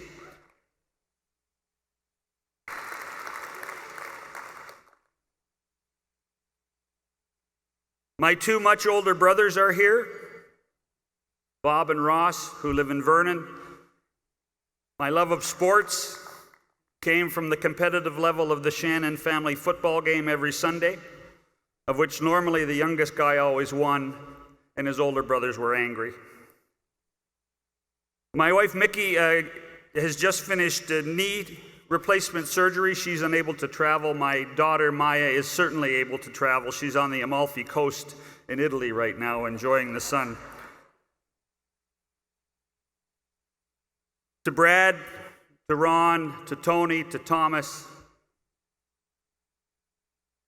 to Davey, congratulations. Thank you for what you've done for the game. Thank you for what you did for me. I mean, I'm in this game because of all of your exploits. I can't score goals, can't break up fights. I've started a few. But I'm here because I love to talk about the game. I love to tell stories about the game. My goal in life was to make sure that every person that went to a hockey game or watched it on television said, "Holy smokes, I didn't know that." Or, "Wow, that was neat. I'm going to watch again tomorrow night." That's the whole idea. My passion and love for the game is exactly what Powell River stands for. That's what this game's all about. There wasn't one person in the game of hockey here tonight that didn't stand up and look at you guys and weren't jealous what you've went through. We loved what you guys stood for, and we loved what you guys did tonight. Congratulations, and more importantly, thank you. Thank you very much.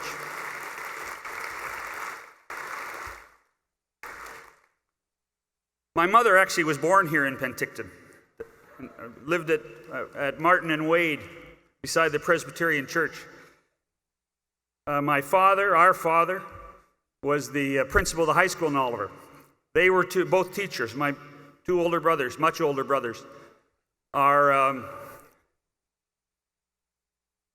teachers as well. And in many ways, what I've done for 42 years is teach. That's all I do. Whether it be behind the scenes or whether in front of a microphone, that's all I do, is I just want to teach about the game. I want people to walk away and enjoy it and have a good time. That's the most important thing. I've never lost a game in my life. I'm undefeated. It's the best way to look at it. It's absolutely remarkable. To be inducted here tonight alongside some of the great names like Pat. I mean, I look up here, holy smokes, this was I was 9 years old watching little Bobby Nicholson. Played basketball against Bruce Affleck. Bruce was a mountain of a man at McNichol Park High School here. I mean, to be here with these people with the banners that hang here is absolutely remarkable. I want to thank you. And to be with guys like Pat and Jimmy Robson, who, yes, was my idol as a kid. Not in the NHL, but I learned to listen to him with the old Western League Canucks on CKWX. Boomed into Oliver. Was magnificent. You know, the Don Cherry played on the 1968 team that didn't lose a playoff game and won the Lester Patrick Cup. That was one of my great memories of being a Canuck fan. So tonight, for me, to be inducted into the BC Hockey Hall of Fame is truly humbling. To my friends, and yes, many of them are here, thank you for sharing it with me. Thank you for your friendship, and as important, thank you for your loyalty. It doesn't go unnoticed. I started my career in television. I will finish that same career in hockey. And that, my friends, is truly the greatest honor. Thank you very much.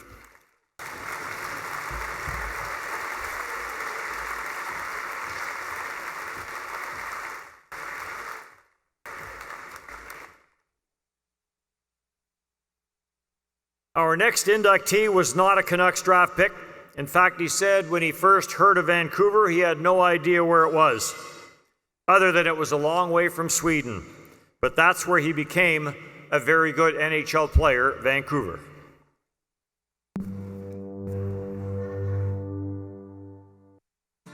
Few players in Canucks history mixed skill and toughness like Thomas Grodin. His playmaking ability and on-ice vision had already made him a household name in his native Sweden, and it didn't take long for him to do the same in British Columbia when he signed with the Canucks in 1978.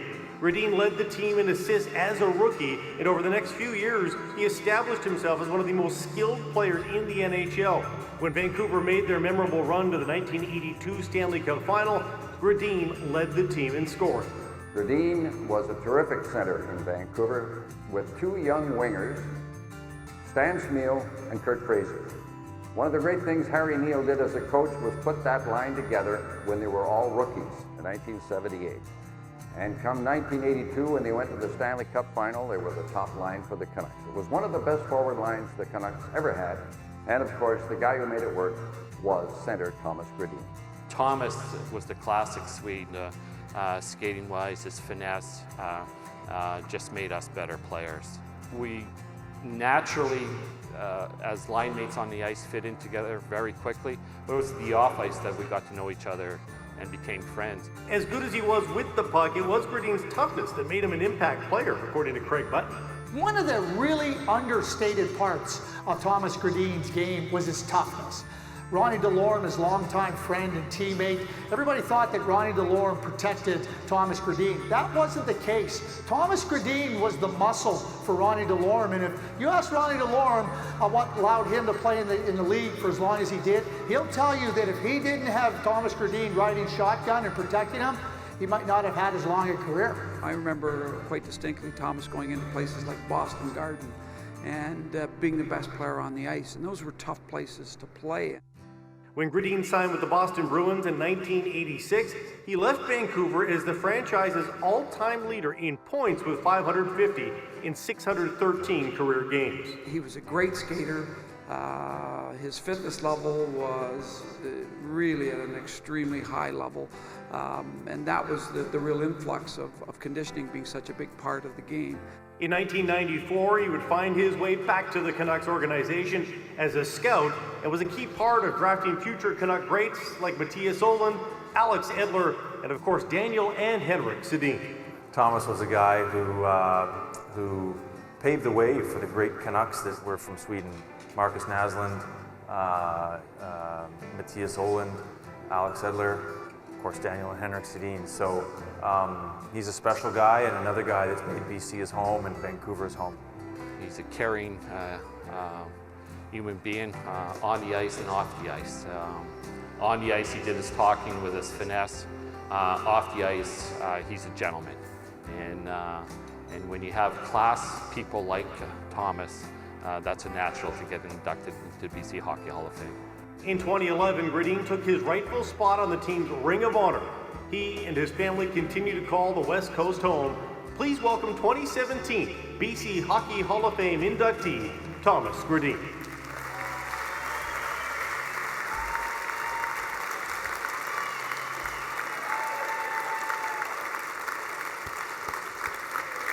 And would Stan Smeal please come forward for the presentation?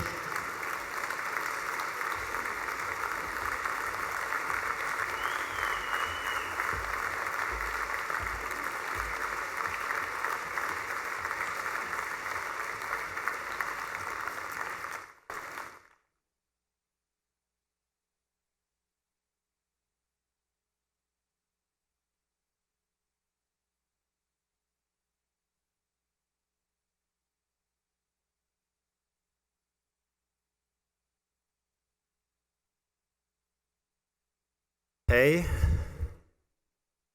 och välkommen till den här presentationen som jag ska göra på svenska.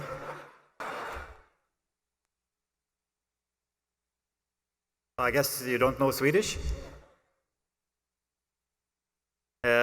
Okay, I'll take the English version then.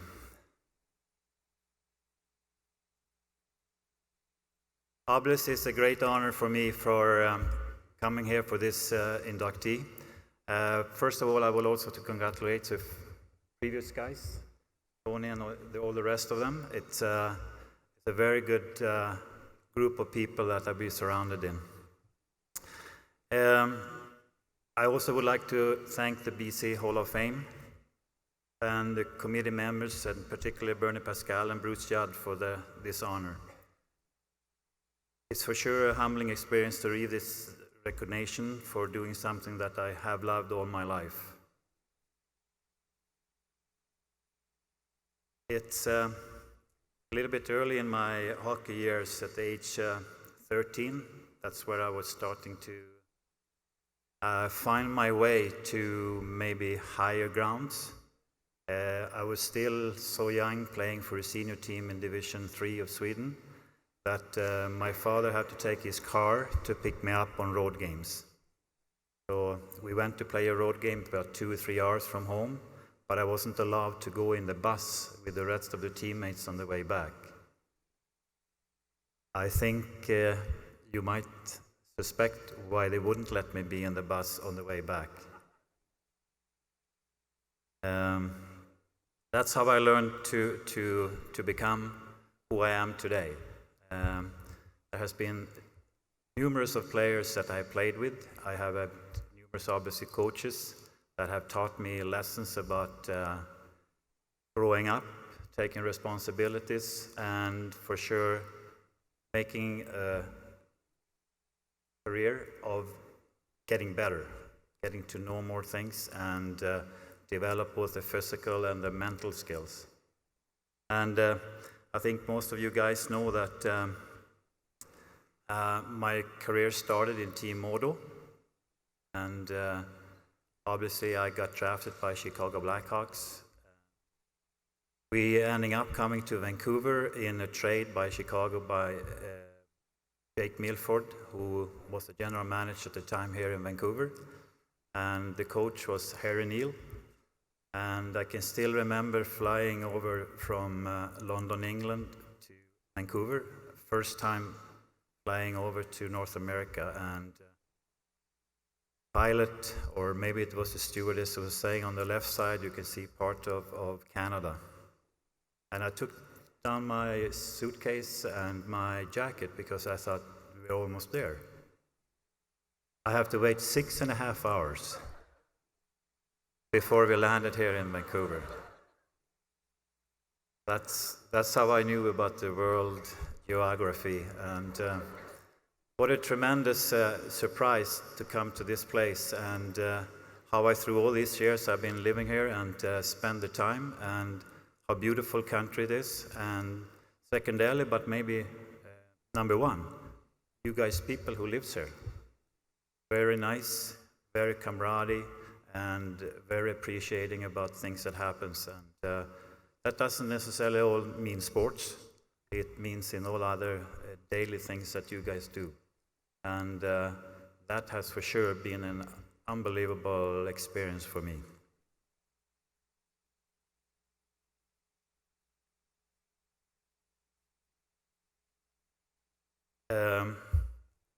I have numerous of stories to be told about experience when it comes to the hockey business.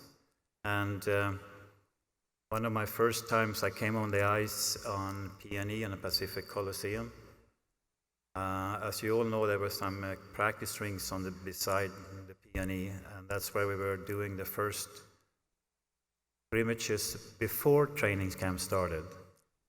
And players like Stan Smyl was there, Kurt Fraser, but there was particularly one guy who is here tonight and who was there, and his name was Jack McElhargy.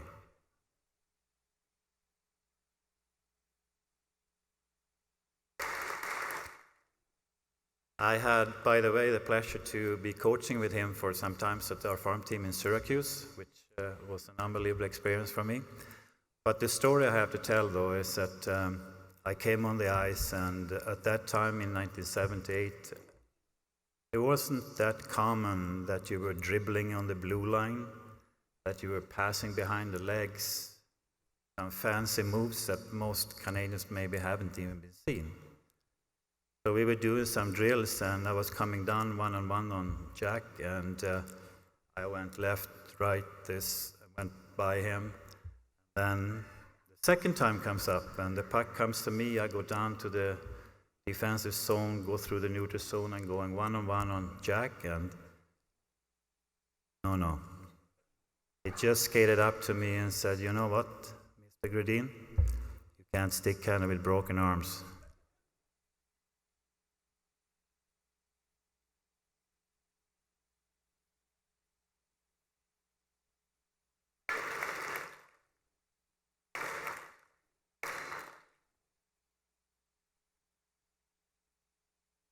I have to say, though,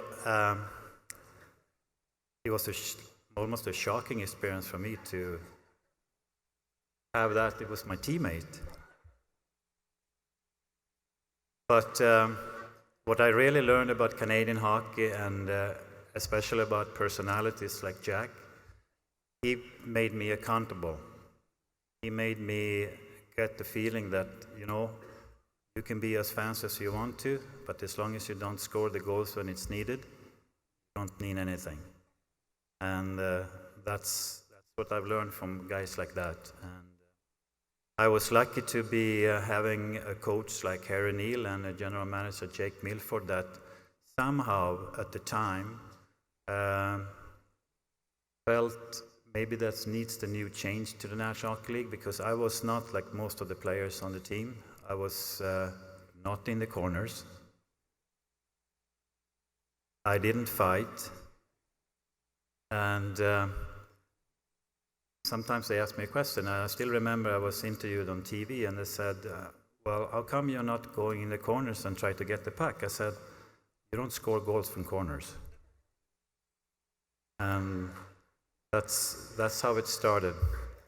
Through the years, obviously I get to come with Stan and Kurt Fraser, and we played as a line for a long, long time, and somehow it clicked and everything worked together. And another story was I was hunted by players from Chicago all the time.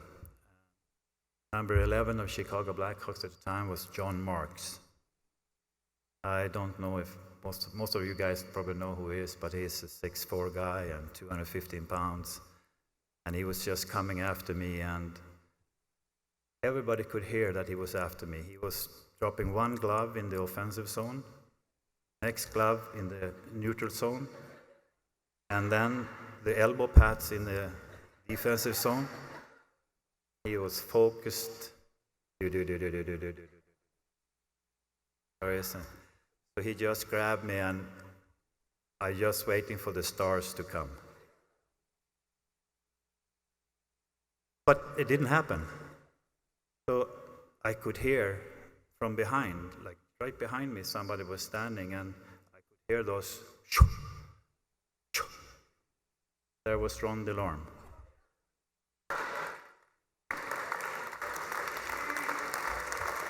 So he was whispering in my ear. He said, "Don't worry, I'm here."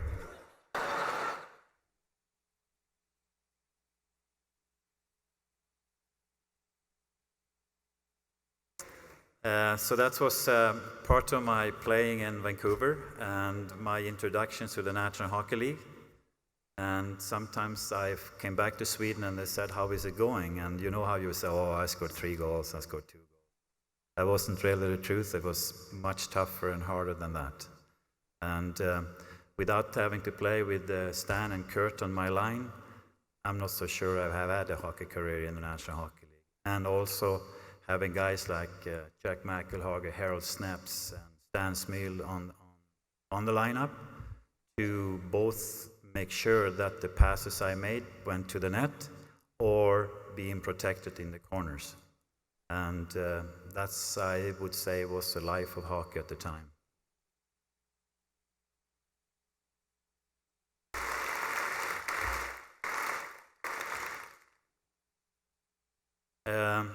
After some time of going to Sweden, I had the opportunity when Pat Quinn was the general manager here to start working for Canucks again as a scout. And we have gone through many years of trying to find talent, to find players. And obviously you do understand that the BC Junior Hockey League is one of the founders of great hockey players in the National Hockey League and all over the world for that matter. It doesn't always necessarily mean that you become a pro player in the National Hockey League. Some of these guys become pro players in European leagues nowadays. So those things have changed through the years, and it's an honor for me to be living in British Columbia and see how well the league is run for kids, especially 13, 14, 15, 16 years old, which is quite important for them to develop their talent, not just the hard plays, but the skating, the passing, and all those things. And to become a scout for Vancouver Canucks was not expected, but a great experience for me to start looking to what maybe some people have seen in myself and other players through the years. And we had unbelievable times together. I would say that, and I think guys like Ron Delorme, Harold Snaps that are here today, Dave Nunes, Brian Burke, all these guys have been through the times for scouts, coaches, and all those things. And I have to say, though, the most fun time during my whole life is for sure being part of the Vancouver Canucks organization.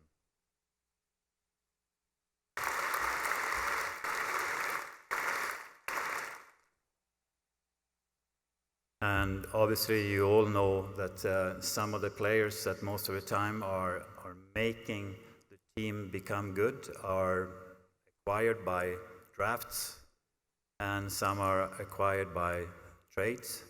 And for that you need good leadership.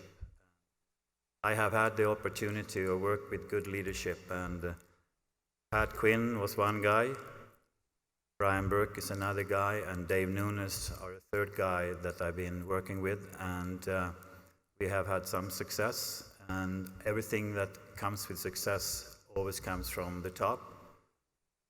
Whatever you see there is things that you see on the bottom, and that's what the team is going to end up being. I also would like to thank the Aquilini family for their support over the years. Obviously, we all know that things like an organization like the Canucks or a professional hockey league, in whatever sport you are needed to have leadership from the top. And the Aquilini family have for sure shown their appreciation to the game and being supportive of making sure that the team is playing hockey and having good quality players.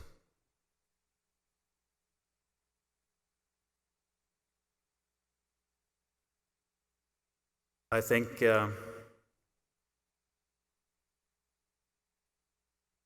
all the guys that I've been working with through the years here in the Canucks, and it actually have been over 30 years. I know that most guys that have been up here today have looked way younger than I would. And, but you know, these doctors can do a lot of things with those wrinkles. So that still goes. But I still feel like every time I go back to Sweden, come back here, I feel like I'm coming home. I feel like most of the guys that I've been working with are my brothers.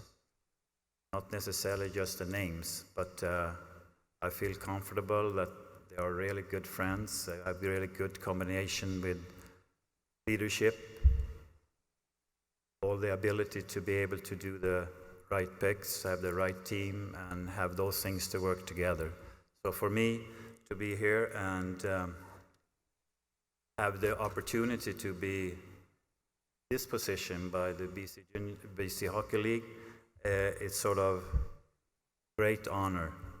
It's hard to describe. I can describe it in Swedish better than I can do in English, but I would like to for sure thank the people that have maybe be inducted to this, and I would also like to thank all my friends, my wife, Kathy, Steve Tambellini, I see over there, Quinn family, and Mike Penny.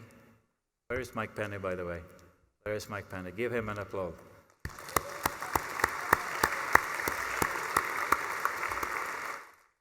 And Mr. Delamore, where is he? Mr. Ron Delorme.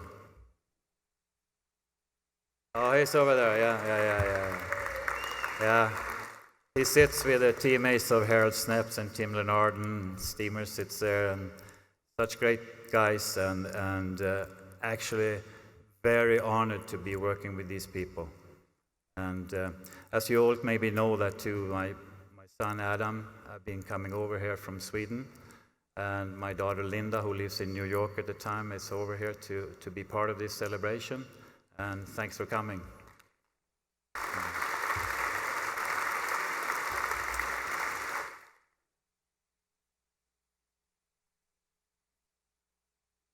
I think as closing this for me, we thank the BC Junior Hockey League here. It was a great honor for being inducted to this, and I also would like to congratulate the other inductees, Tony, Ron Toigo, Dave Nunes, and Brad, John, and obviously Power River.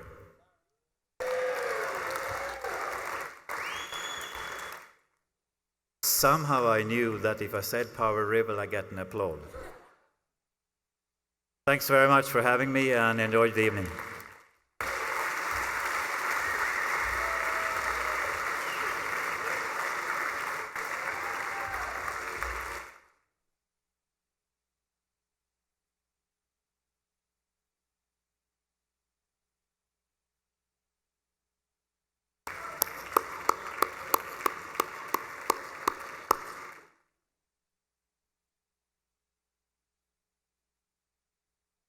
Couple of house cleaning things. The silent auction winners will be posted on the wall.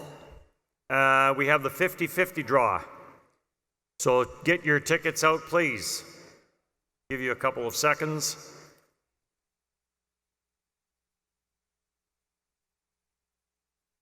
Three, 317-6405. 317-6405. Come over here after in a couple of minutes, and you can pick up $1,460. That is your share of the 50-50 win. All events like this could not happen without a terrific support group. To Bruce Judd and all of his helpers, thank you. Joey and I want to thank the guys back there, the crew that run the videos, operate the cameras. Terrific job, gentlemen. And again, congratulations to everyone who has been recognized tonight, and a special congratulations to all the inductees. A couple final words? Yes. Thank you, Dennis. Dennis Bayak has been doing this for many, many years. It's been a real pleasure and an honor to work alongside with him. And on behalf of Dennis, he told you he'd get you out of here by 10:55. He's a man of his word. Thanks for being with us, everybody. Thanks again for your support of the BC Hockey Hall of Fame, and we'll do it all again next summer. Good night, everybody.